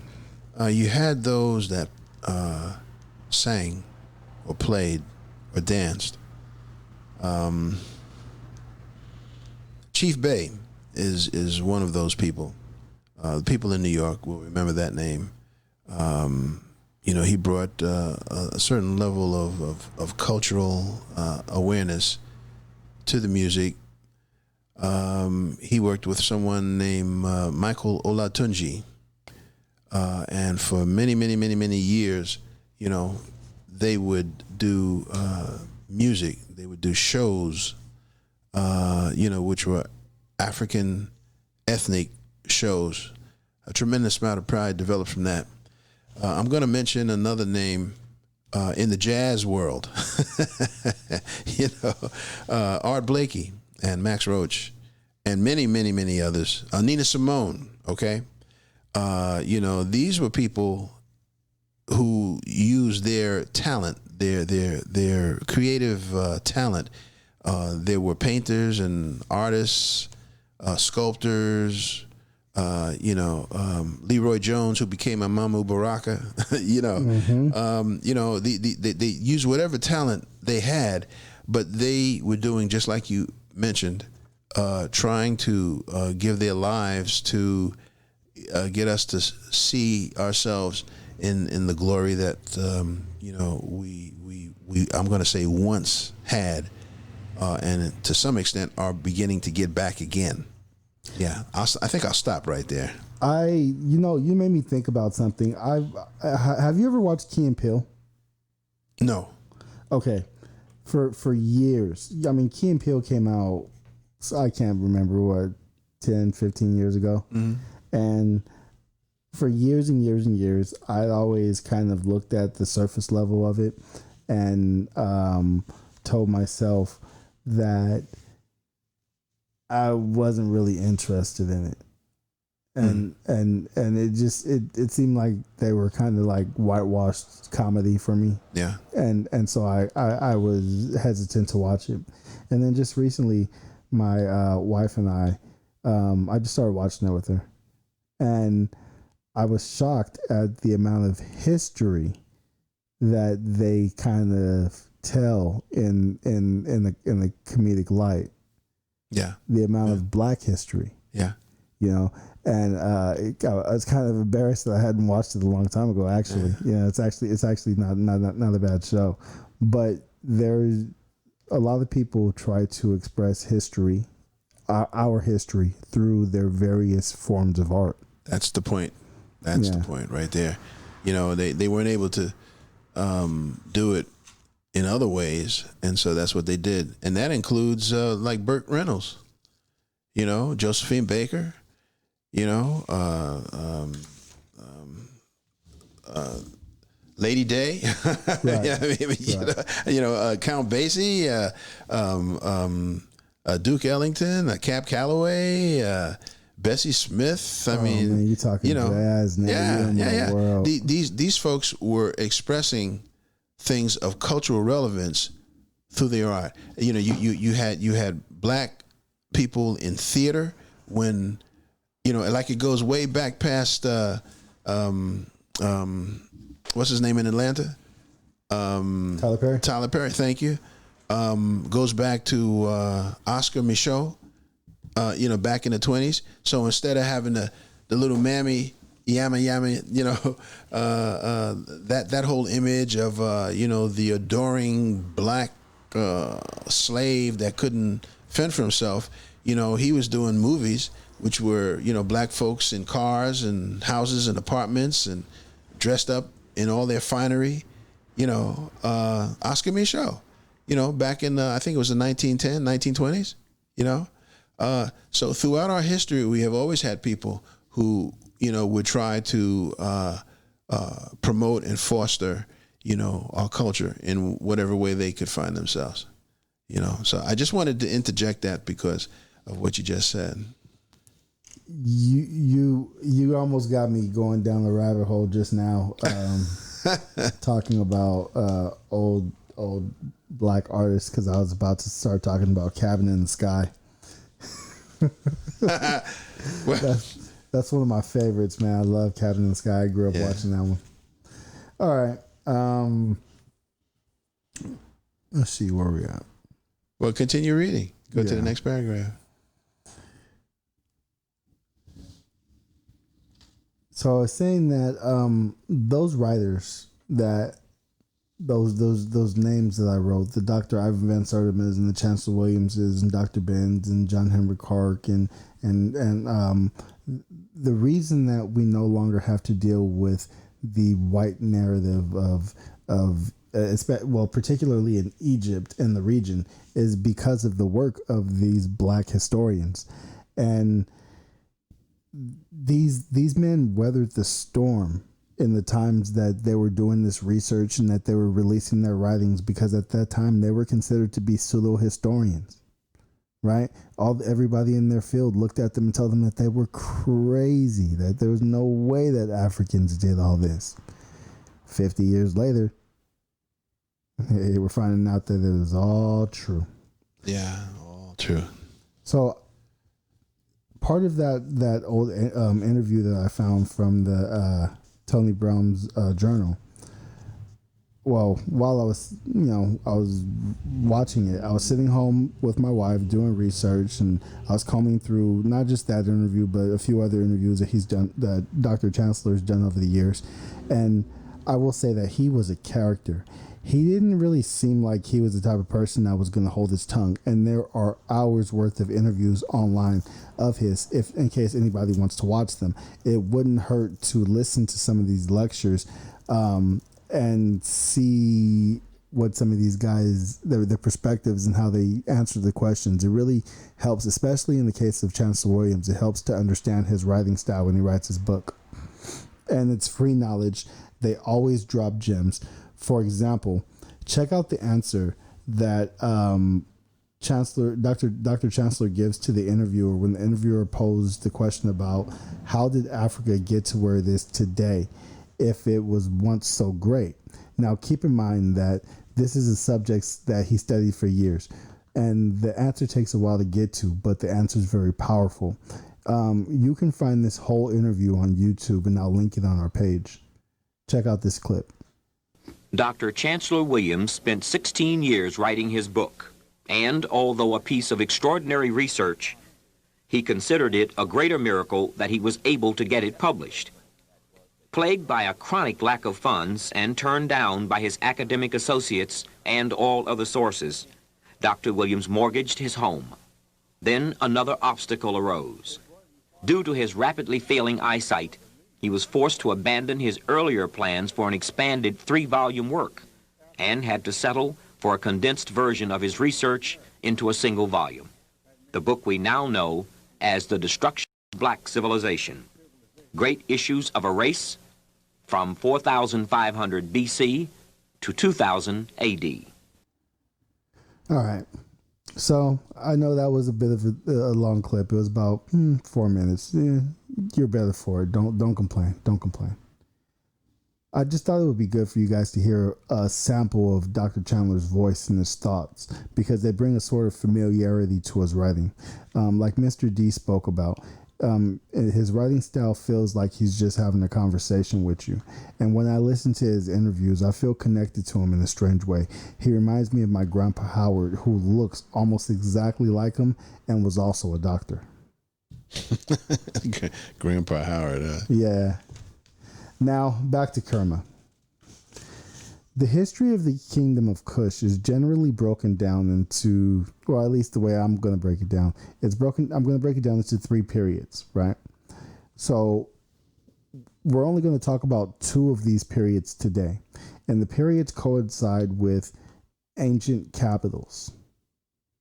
So these 3 ancient capitals are Kerma, Napata, and Moro.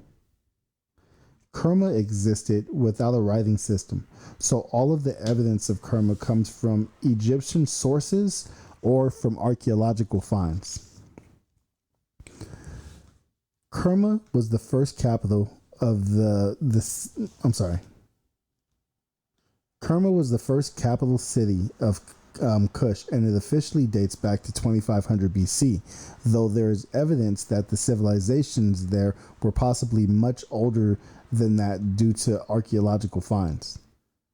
The Nubian name for Kerma is Duki, which translates to Red Hill, and has been inhabited for 9,500 years.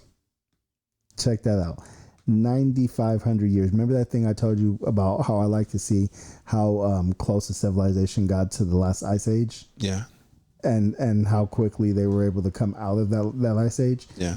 The last ice age was 11,000 years ago, so that's 2,000 years from the ice age before this area becomes inhabited. Yeah. To where we can find archaeological proof of their existence. Archaeological proof. Yes. Kerma was settled by a group called the Nakada culture. Now, I didn't write this in my my writing, but there's a city in Egypt, which would have been in Upper Egypt, so it's far, far north, called Nakada, and I'm assuming because of the distance that this region covered when they kind of came through and took over, I'm assuming that city is probably has something to do with these people. Although that's Egypt and these people were Nubian. So the reason I say that is because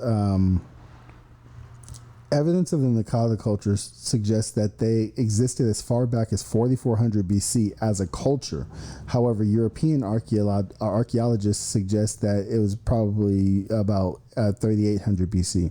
This culture apparently ran a very successful bid to unify the whole of Nubia, which they considered to include Egypt, or if you prefer the old name, Chem.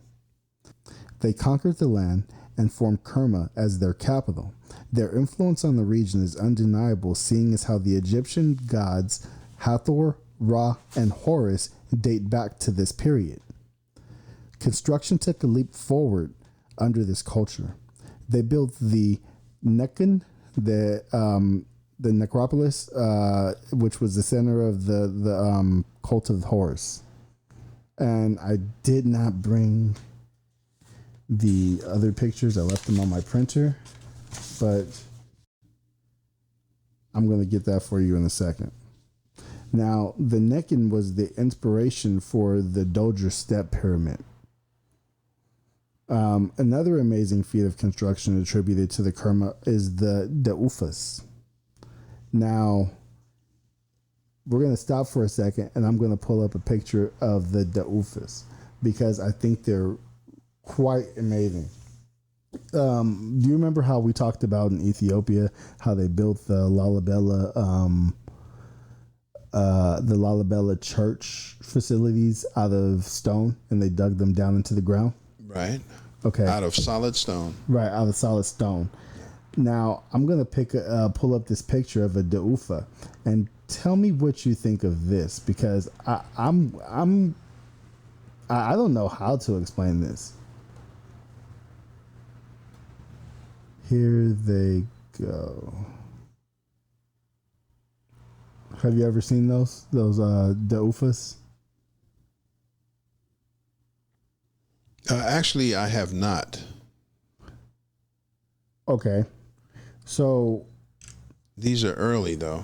Yeah, these are early. Yeah, very early. So very ancient. These are considered, well, these are thought might possibly be as old as 9,500 years old. Mm-hmm. So these were considered part of pre-Kerma. Yeah. So before Kerma was a thing. Now, we're going to tie this episode into our last episode just a little bit, because I previously stated in our past episode that the Kushites defeated the Hyksos. But from my research, looking into it deeper, that's not entirely true. It's half true. Okay?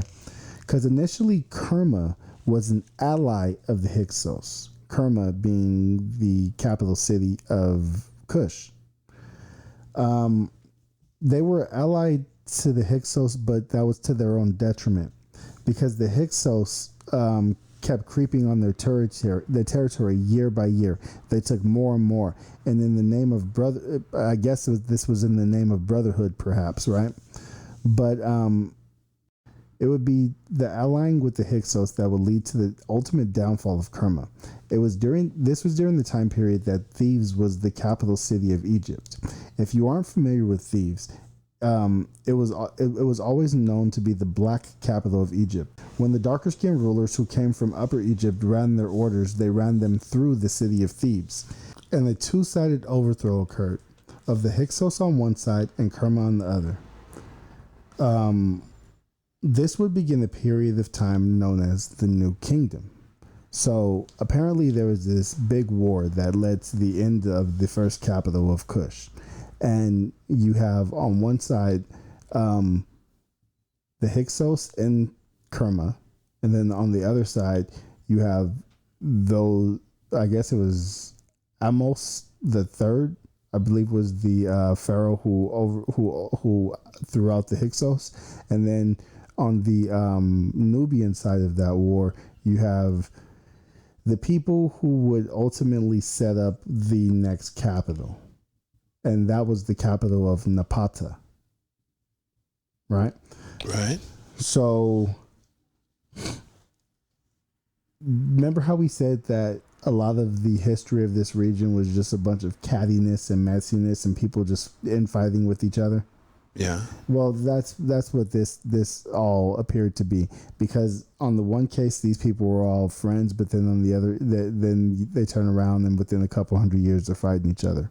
And the problem that they had was with the Hyksos, they drove them out, but they never drove them off the land. They just drove them off the throne. So they allowed that power to continue to manipulate within the area and grow. So moving on, many sources write that at this time there was political and military dominance of the Egyptians over the Kushites. This again does not appear to be supported by the historical record. Instead, it appears as though the Kushites agreed to merge with Egypt as a unified empire. During this time, Kush was more of a province of Egypt than a prisoner, although many historical sources will say that they were a prisoner, or they seemed like prisoners. The Kushites established the new capital at Napata, and at this time the royal Kushites and Egyptian families were intermarrying, and they were doing it often. Napata still exists today and is still relatively inhabited. Today it's known as Karima Sudan and has a metropolis built at the base of the summit just down the hill from the ancient city that's nearly 4,000 years ago was the capital of one of the world's greatest civilizations. Napata is the home of the Jebel Bakl, which is a small mountain 400 kilometers north of Khartoum. And the mountain is likely the reason the site was chosen, because it could be seen from a very far distance. The Jebel Bakl was once a landmark used by traders in the area. The Jebel Bakl was quite impressive. It included 13 temples, 3 palaces, and hundreds of smaller homes that almost looked like barracks. Have you seen a lot of the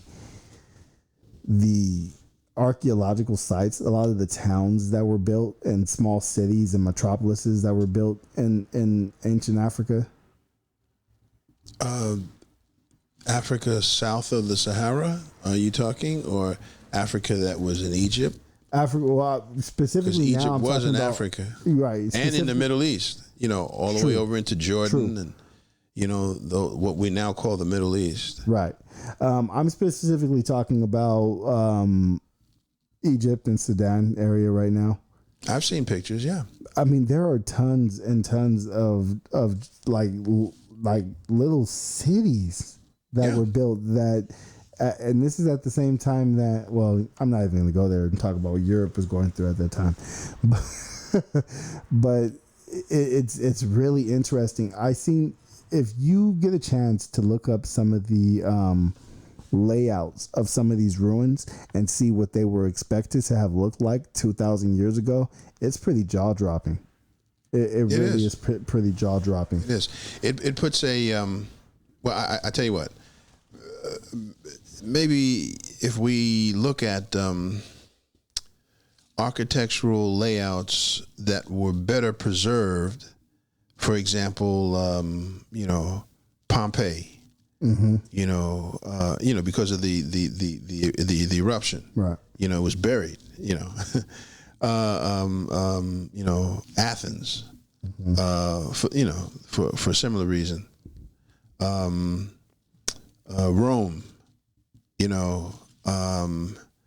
Certain places in Egypt, I think we can see the beginnings of those kinds of architectural techniques and styles, where they would be building with stone and they would make columns, buildings that were absolutely huge and like very tall, made out of stone, mm-hmm. not steel. Of course, but given the technology that they had, they were the first to do that. Right. You see, and some of those architectural techniques began to become like domes. The high flying type roofs. You know, in many instances, you see a whole lot of columns standing in lines. You know, rows and columns, but no roof on top of them. You know, because the roof is gone. Right. You know, and that led to being copied by the Arabs and you know the Muslim countries and the Greek, you know, and the Romans, and on and on and on and on and on. You know, but it started there first. If you look at Greek architecture and Roman architecture, and then you go and look at what they were doing in what is modern day Sudan, but was then Nubia or Kush, depending on what source you're reading, you will see direct copies of by the Greeks and the Romans of what the Africans were doing. Yeah. You see direct copies. I mean, even down to the pillars. They changed the gods, but they didn't change much. They didn't change much. That's true. And that's true. And these monuments in Africa were built 2,000 years before Christ. Yeah. You know, 3,000 years before Christ. The one that we just looked at in what you call it, we were just talking about them. The big mud buildings, the chufufas. Those ones they're supposed to be almost 10,000 years old, depending on who you ask. That's wild. That's wild. That's construction going back far. And the thing that astonishes me the most about any of this is, do you know what the shelf life of concrete is? No. 50 years. Okay. 50 years, which means that anything that's made with concrete, if it isn't constantly maintained, after 50 years, it'll start to crumble. Right? So here these people are built not with concrete, but with stone. And it's still here thousands of years later. Yeah. There's not a single building in downtown LA that will be there in 1,000 years. Yeah. There's not one, unless we're there to manage them. Yeah. Yeah. Chancellor devoted quite a few pages to what I think you're trying to describe. You know, maybe from about page 100 to, I don't know, man, 150 or something like that. You know, and he tries to describe, you know, the mixing of different peoples, different cultures from different areas coming into Africa. It's worth a good read. I do have something in here where he says the Greeks ruled Egypt for almost 300 years before the expansion of the Roman Empire into Egypt. They ended their domination in 30 BC. That's interesting, you know, because you think of, you know, in the Bible, it talks about the Roman Empire and, you know, all that stuff. For many people, that's a strong reference. This was our flashback point of departure, but before returning to the Ethiopian churches, the significance of what we have been reviewing as a flashback should again be emphasized as a great issue, for we have been reviewing the last phase of the process of Caucasization, whitewashing, I suppose, in Egypt, that there was a thoroughgoing that both the blacks and their history were erased from memory. The Jewish rule for 500 years, the Assyrian rule, or the Assyrian interludes, the Persians for 185 years, the Greeks for 274 years, the Romans for 700 years, the Arabs for 1,327 years, the long struggle to take from the blacks whatever they had of human worth, their land and all their wealth therein, their bodies, their souls, their minds, was the process of steady depersonalization and dehumanization. And, somewhere else in the book, he talks about different dynasties and he gives dates very, very specific dates. And I'm pretty sure that, he was dead on the money with that. Right. So we can think of how many thousands, a couple of thousand years. Mm-hmm. We compare, Britain has been around how long? Would you say it's 1,000 years? No. Okay. No. Okay. Less. Well, here's an easier question. Yeah. I'm about to step in it, man. Yeah. We talk about the United States being around for how long? Okay. That one's easier. What do most people say? 1776. Yeah, that's maybe go back to 1600 or so. 1619. Yeah, so it's a couple of hundred years. Let's go from 16. So 400 years. Yeah, 400. From its earliest, when it was native people were here, not European people. Right. You know what I mean? Or you want to go through, what they tell us in school, 1776. Well, if you're going to go with when the invasion actually started, the European invasion actually started here in the early 1500s. Okay, so let's use that as a figure. Yeah, so here we are, 2020. Right. So how many is that? 500. Yeah. Okay.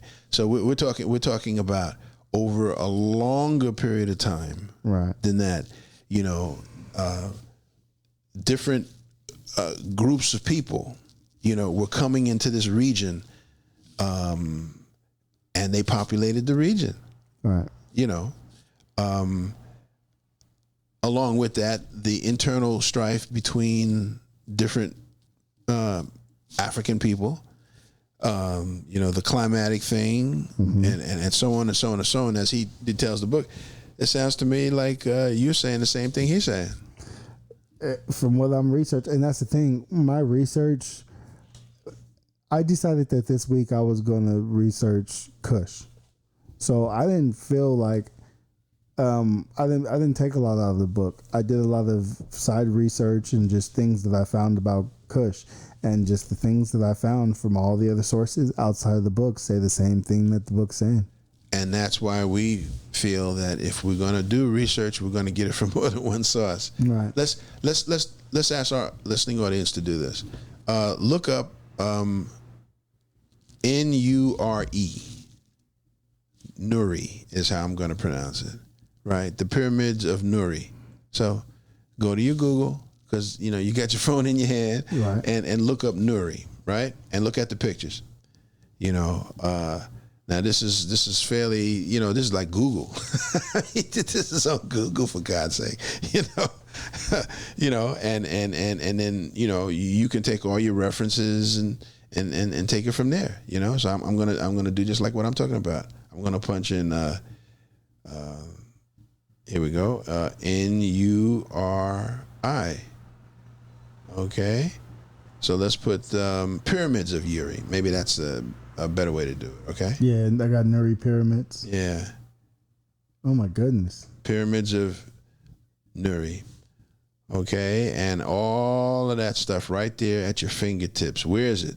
Oh my goodness. Sudan. Okay, where's that? Okay, yeah, Kush. That's Kush. You know what I mean? Yeah. Let's try another one. Let's try Abu Simbel. Okay. I do happen to know about that because I was amazed at something that they did to put up the Aswan Dam. They actually had to cut into the side of a mountain, and take off, to move these statues that had been carved into the side of a mountain by some pharaoh, right, and move them to high ground so that when they flooded the valley by the Aswan Dam, that I know that because I was always amazed at how they gonna cut how they gonna lift 100,000 ton 200,000 ton pieces of rock and they cut them and sliced them and labeled them and numbered them and stuff, and they moved them piece by piece. Now this is Abu Simbel, right? Yeah. Okay, so in listener land you can spell this 2 words: A-B-U, first word, S-I-M-B-E-L, Abu Simbel. And I've shown this this image to my daughter because I wanted her to talk about. Well, my daughter's pretty well versed for a 10-year-old on her Afrocentric studies, right? So I was talking about the Lincoln Memorial. And is it the Lincoln Memorial that I'm thinking about? Where it's Abraham Lincoln sitting there. Okay. I think it's the Lincoln Memorial. So you're saying there's a similarity between the way he's sitting on his... Well, it's a direct replica. Oh, okay. But the Lincoln Memorial where Lincoln's sitting there, that image is taken directly from Abu Simbel. Yeah. When you really, if you look at them next to each other, it's a 1-to-1. Yeah.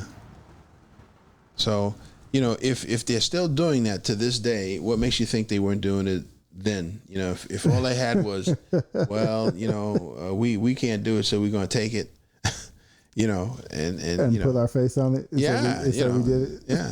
That's the Warrior King thing. So, well, I'm going to take your stuff. It's funny. Okay, let me continue because you're gonna like this next part. So, Napata was founded by the Egyptian pharaoh Thutmose III in the 15th century BC, and after the expulsion of the Hyksos, he was put in place after the expulsion of the Hyksos. But the problem was, like I said before, they expelled the Hyksos from the throne, but not from the land, so they still had influence, which, like a persistent cancer, came back for round 2. Now, Egypt always had interest in Kush because Kush was very rich in gold, and it was at this period that Egypt begins to build massive monuments in gold. Right? Egypt began to suck the life out of Kush through this partnership that they both created when they expelled the Hyksos. And I began to read this grunge article that talked about the history of Kush, right? They explain Kush as Egypt's poorer and more horse-centric cousins. And that's nonsense and ignorant of where Egypt got that wealth and gold from. I mean, Egypt was raping the kingdom of Kush to the point that in 1075 BC, Amon, the high priest of Thebes, finally got enough power to limit the power of the pharaoh over Upper Egypt. It took an act of diplomacy to stop them from raping them. I just thought that seems like typical imperialism. Hey, we're gonna come on in there and hey, we're friends, we're brothers. Give me your gold. Yeah. Give me your gold. The beginnings of imperialism. Why do you think that these African people were not able to defend themselves? Do you think they saw it coming? You think they were naive, not to see it, or were they just overpowered because they just had a different way of dealing with their society? They weren't warriors, or they were warriors with bow and arrows or spears, and these other guys had horses and swords, and what do you think? What you think? I think it's naivete. Mm-hmm. I think someone was naive and thought that the person who came in and said that it was all about brotherhood was maybe might have been lying. Mm-hmm. Might have been lying and might have been a little too trusting. Yeah, it's an interesting thought. That's just from what I've read, because they talk about how Kush was just loaded with gold, and it was beneficial to them in the beginning because it was a partnership. They built entire economies based off trading gold, and so it made sense for them in the while. I mean, in the early on, it made sense, but as it got worse and worse and worse, they're running out of gold, and Egypt is becoming more powerful. So how much is it they paid for their own destruction? Well, be that as it may or may not be, something happened. And there is evidence to indicate that, Africa was for black people. Right. African people, that's what they were. They were black people, and all that is the color of their skin. That's all that is, right. But beyond the color of their skin, they had a schema, a culture, values, ways of doing things, which predate all of this now. So the misnaming or the causationization. Oh, the caucasization. The whitewashing, of the history, the changing of the names, can't take that away for people that study deeper. Right. Chancellor Williams says it, and a whole lot of other people say it. And if you look up the pyramids of Nuri, spelled Nuri, and you look up Abu Simbel, which is forever connected to the Aswan Dam. You can look up the Aswan Dam in order to be able to see something that happened in, I think it was in the 60s or the 70s or something like that. Well, they built the dam to dam up the Nile River. I mean, that was a major engineering achievement. Yeah.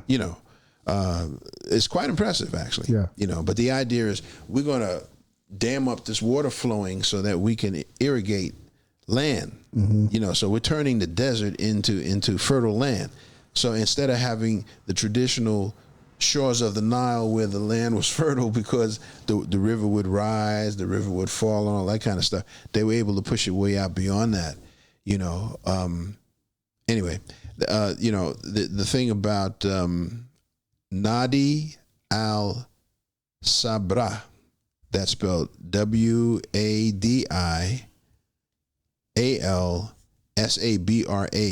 is yet another example of the kind of civilization that these people had. I believe, Uncommon, what you've been trying to say, if you haven't said it already, is that black Africans developed a civilization that was the most advanced in the world at that time.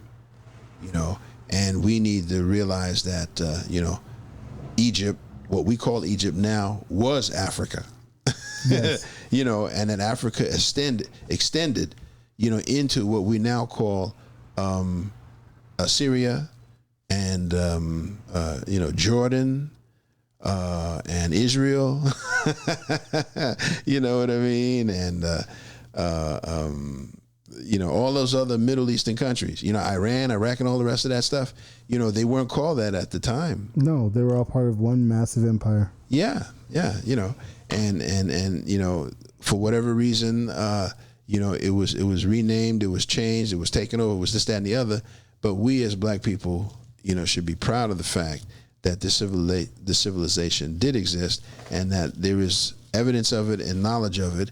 And because the civilization was what it was, that we come from the kings and the queens and the inventors of writing, religion, science, music, architecture, farming. I mean, cultivation of animals. This is something that the blacks did. And we're not just saying that. Yeah. We're not just saying that just to say it. Yeah. So, I talked about how in 1075 BC, this character, Amun, the high priest of Thebes, became powerful enough to limit the power of Pharaoh over Upper Egypt. Now, this led to a shift in the power dynamic, right? And this shift would continue to shift in favor of the kingdom of Kush for about 300 years. And then we come to the time of Benki the First, also known as Paye the First, spelled Piye, or Penki is spelled Pankhe. Now, Penki was considered the greatest Nubian pharaoh. He lived in the 8th century BC. He didn't play any games. He aimed to settle a religious rivalry between Egypt and Nubia, so he started a holy war in the name of Amun-Ra. He invaded, but was briefly stopped at Thebes, where he defeated a few Theban kings who resisted, and then he invaded Middle and Lower Egypt, conquering the whole of Egypt all the way to the Mediterranean. Then he had a victory statement inscribed on a stone, which is known as the victory stela of Paye. It reads, "Hear what I have done, exceeding the ancestors. I am the king, the representation of God, the living image of Etrum, who is issued from the womb, as marked as ruler, who was feared by those greater than he, whose father knew and whose mother perceived even in the egg that he would be ruler, the good God, beloved of the gods, the son of Ra, who acts with his two arms, Paye, beloved of Ammon." So I know that sounds like the victory statement of a madman who's full of himself, but you have to keep in mind that in the ancient period, in most of these civilizations, the ruler was considered to be the living embodiment of God or a descendant of God. So just keep in mind that when you hear Penke in his victory statement beating on his chest talking about I'm God's dude, that they really believe that. Yeah, yeah, that's interesting, and you know, they did it through like takeover, you know, yeah. like you know, warrior kings, like battle, you know. And that's the thing. That's usually the story when you hear about civilizations changing hands. There's usually some kind of war that goes along with that. It's just the truth of the matter throughout history. So it should be noted that Penke's ideological stance may be understood from the ancient oral tradition of the Greek historian Theodore, who suggests that the Nubians were the first to institute the worship of gods in Egypt. When Penke defeated Egypt, he became Egypt's. When Penke defeated Egypt, he began Egypt's famous 25th dynasty. After defeating Egypt, he immediately went back to Nubia, where he ruled the entire empire. When he died, he was buried next to the largest pyramid at the royal cemetery. Now, this is where I want to end today. I want to end today talking about the pyramids of the Kush Empire, right? Because it wasn't just the pyramids of Nuri that Mr. D mentioned earlier. Now, or Abu Simbel, or the Wadi al-Sauba. There's also the Gurf Hussein, which is now in ruins, but you can look at illustrations of what they believe that city looked like when it was standing. You can spell it. Okay, that's spell the last one. That's Gurf Hussein. Gurf is spelled Gerf. That's the first word. Hussein is spelled Hussein. Yeah, and Google that. Yeah, you know, and you can actually see pictures. And I think you can find, like, if you go to the BBC and you go to PBS and National Geographic and other places like that, you know, these places have been studied by many people. Right. Know? It's like it's been thoroughly documented. Yes. You know? Yes. Yeah. There's also the Temple of Dhaka, which is spelled Dakka, which was built in the 18th dynasty. There's the Temple of Amata, which I was going to get pictures of because it was built in the 18th dynasty, but I decided not to because it doesn't look like ruins because Christians keep remodeling it. Yeah. So, and when we're talking about dynasties, we're talking about before the birth of Christ. Oh yeah. See, so we're talking about BC. BC. Like you know, 1800 BC. You know, 1500 BC. You know, you got any numbers to indicate when these dynasties existed? A quick Google search would clear that one up.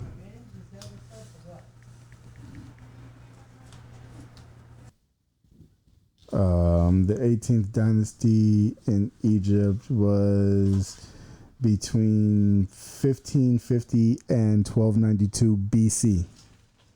Okay, so that's 1500 years to 1200 years before Christ. The birth of Christ. That's before Rome, before Greece, and all the rest of that, right? Yep. Yeah. There you go. And so here we have the Temple of Dhaka built in the 18th dynasty, the Temple of Amada built in the 18th dynasty, and there's the Temple of Dur, which is spelled Derr, which was built by Ramses II.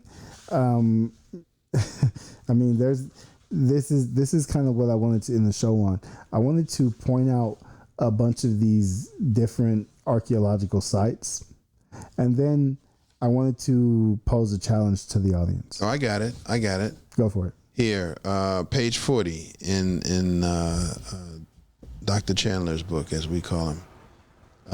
Second subdivision would bypass the restoration period of the 11th and 12th dynasties for the next period of invasion and conquest. The Hebrews, or Hysuks, 1645 to 1537 BC, again by bypassing the new empire. The other subdivisions would study the periods of the Assyrians, the Persians, the Greeks, the Romans, and the Arabs. Those invasions and the impact of their conquest on the rule of the blacks. The fourth major division would begin with the skipped over 11th and 12th dynasties from 1786 to 1233 BC. The 18th dynasty from 1567 to 1320, and then continue from the age of Ramses to the end of the 24th dynasty, 1330 BC to 730 BC. He goes on to talk about the fifth period would be from the last of the black pharaohs to the destruction of the remaining southern division of the Ethiopian Empire below the first cataract. Now that's something to talk about.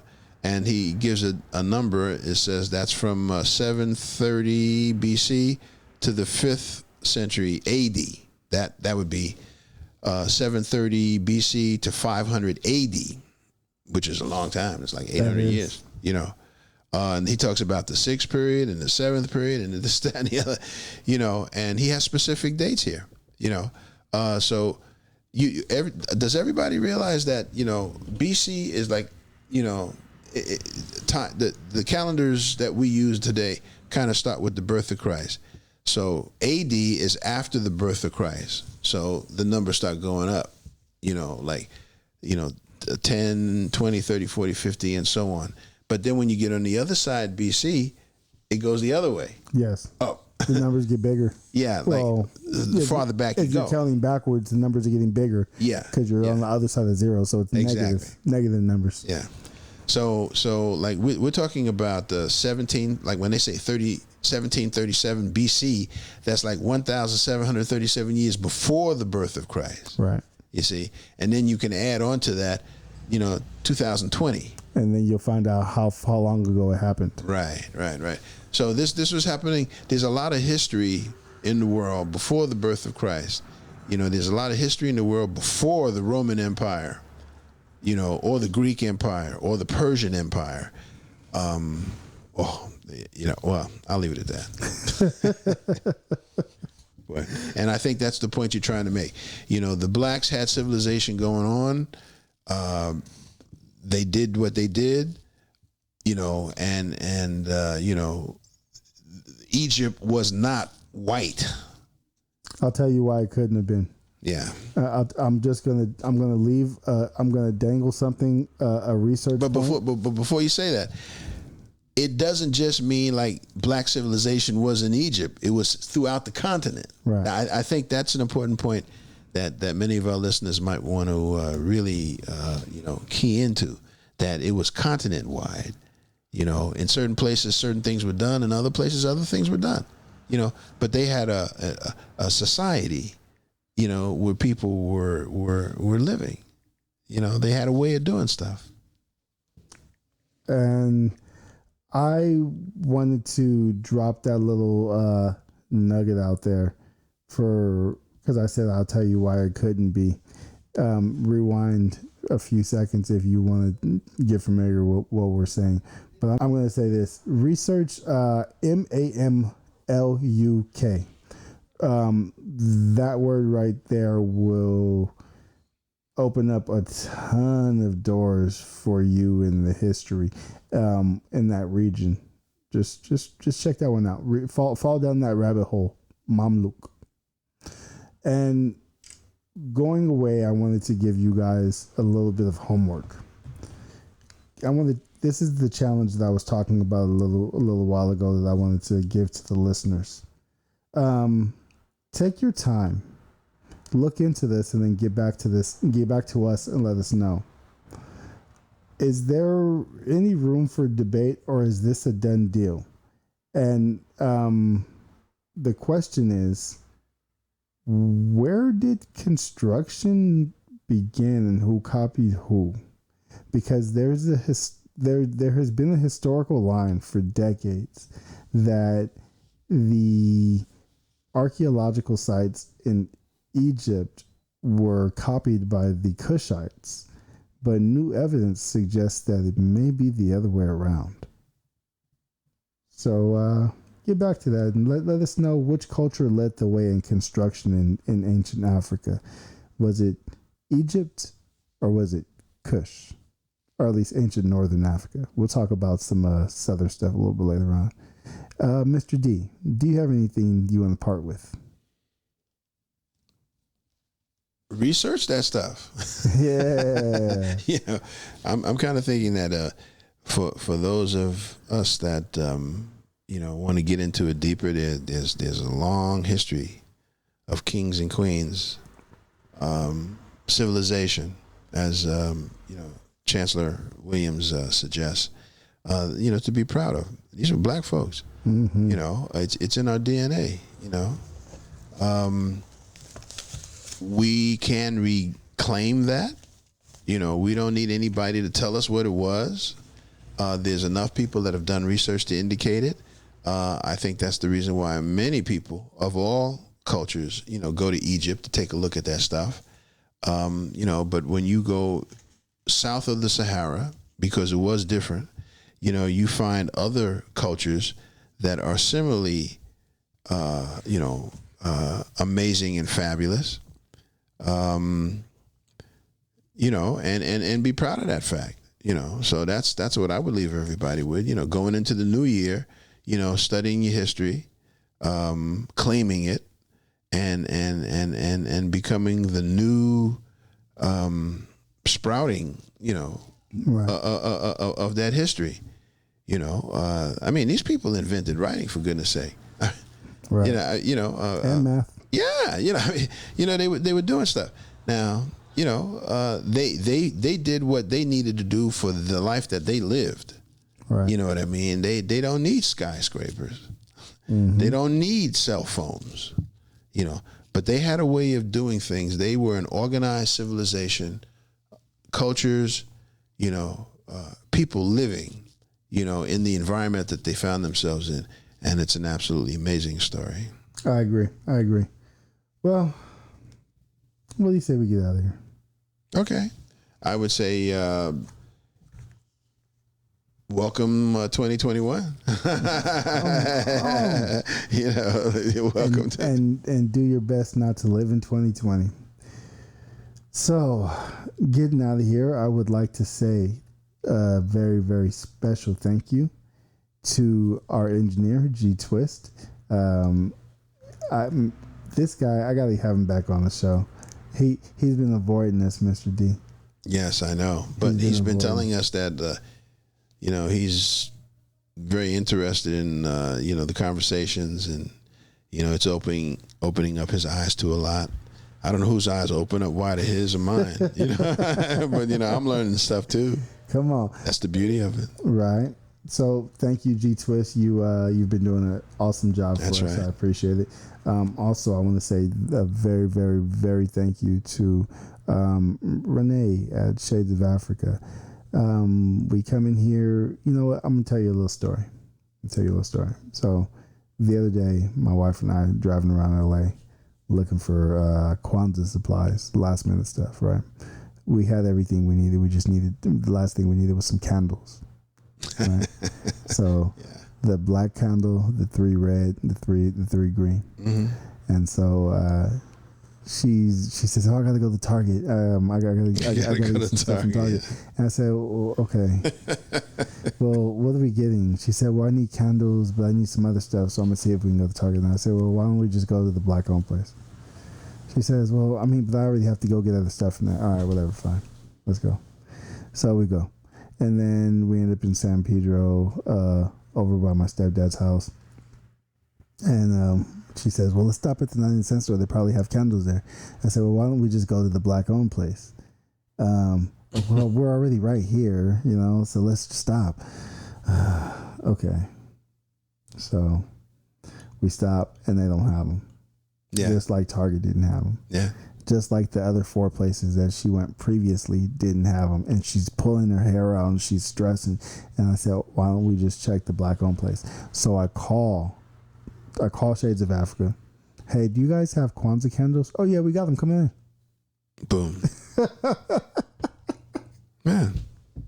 Hey, look, it's something that I personally do. I try and get my wife to do it. She's pretty good about it, but I try and get her to do it more often. And anything that you can get it from a black-owned first.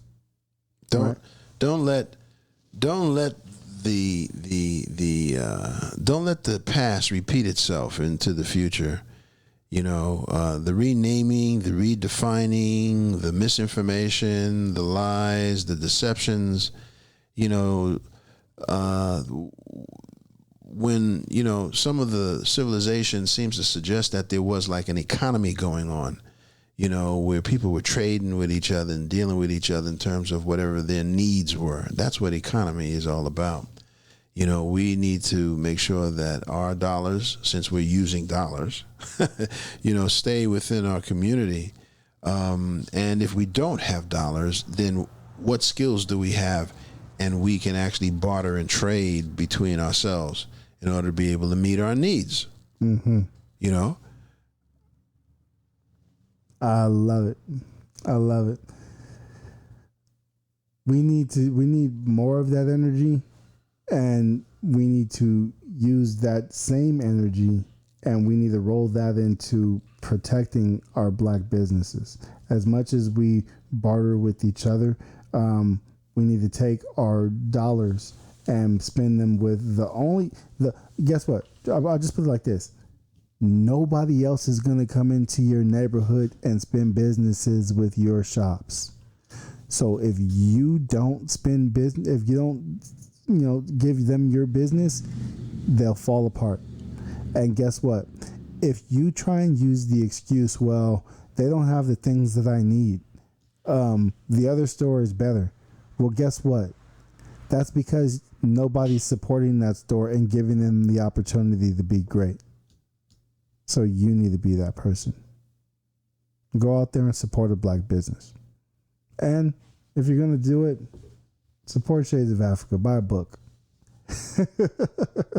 And if you are going to buy a book from Shades of Africa, use the promo code Uncommon Sense. Get 10% off. All right. So that's that. If you want to reach out to us, you can reach us at hit me at my Gmail at wellreadblackman@gmail.com. You can catch me on Instagram, although I'm hardly ever there because I don't like social media. And that is at Creating Black Readers. There's also a Instagram fan page called Black Men's Book Club Podcast. You can also catch me on TikTok at Black Men's Book Club. Mr. D, do you have anything you wanted to add to that? Yeah, you can contact Mr. D, care of, that's C/O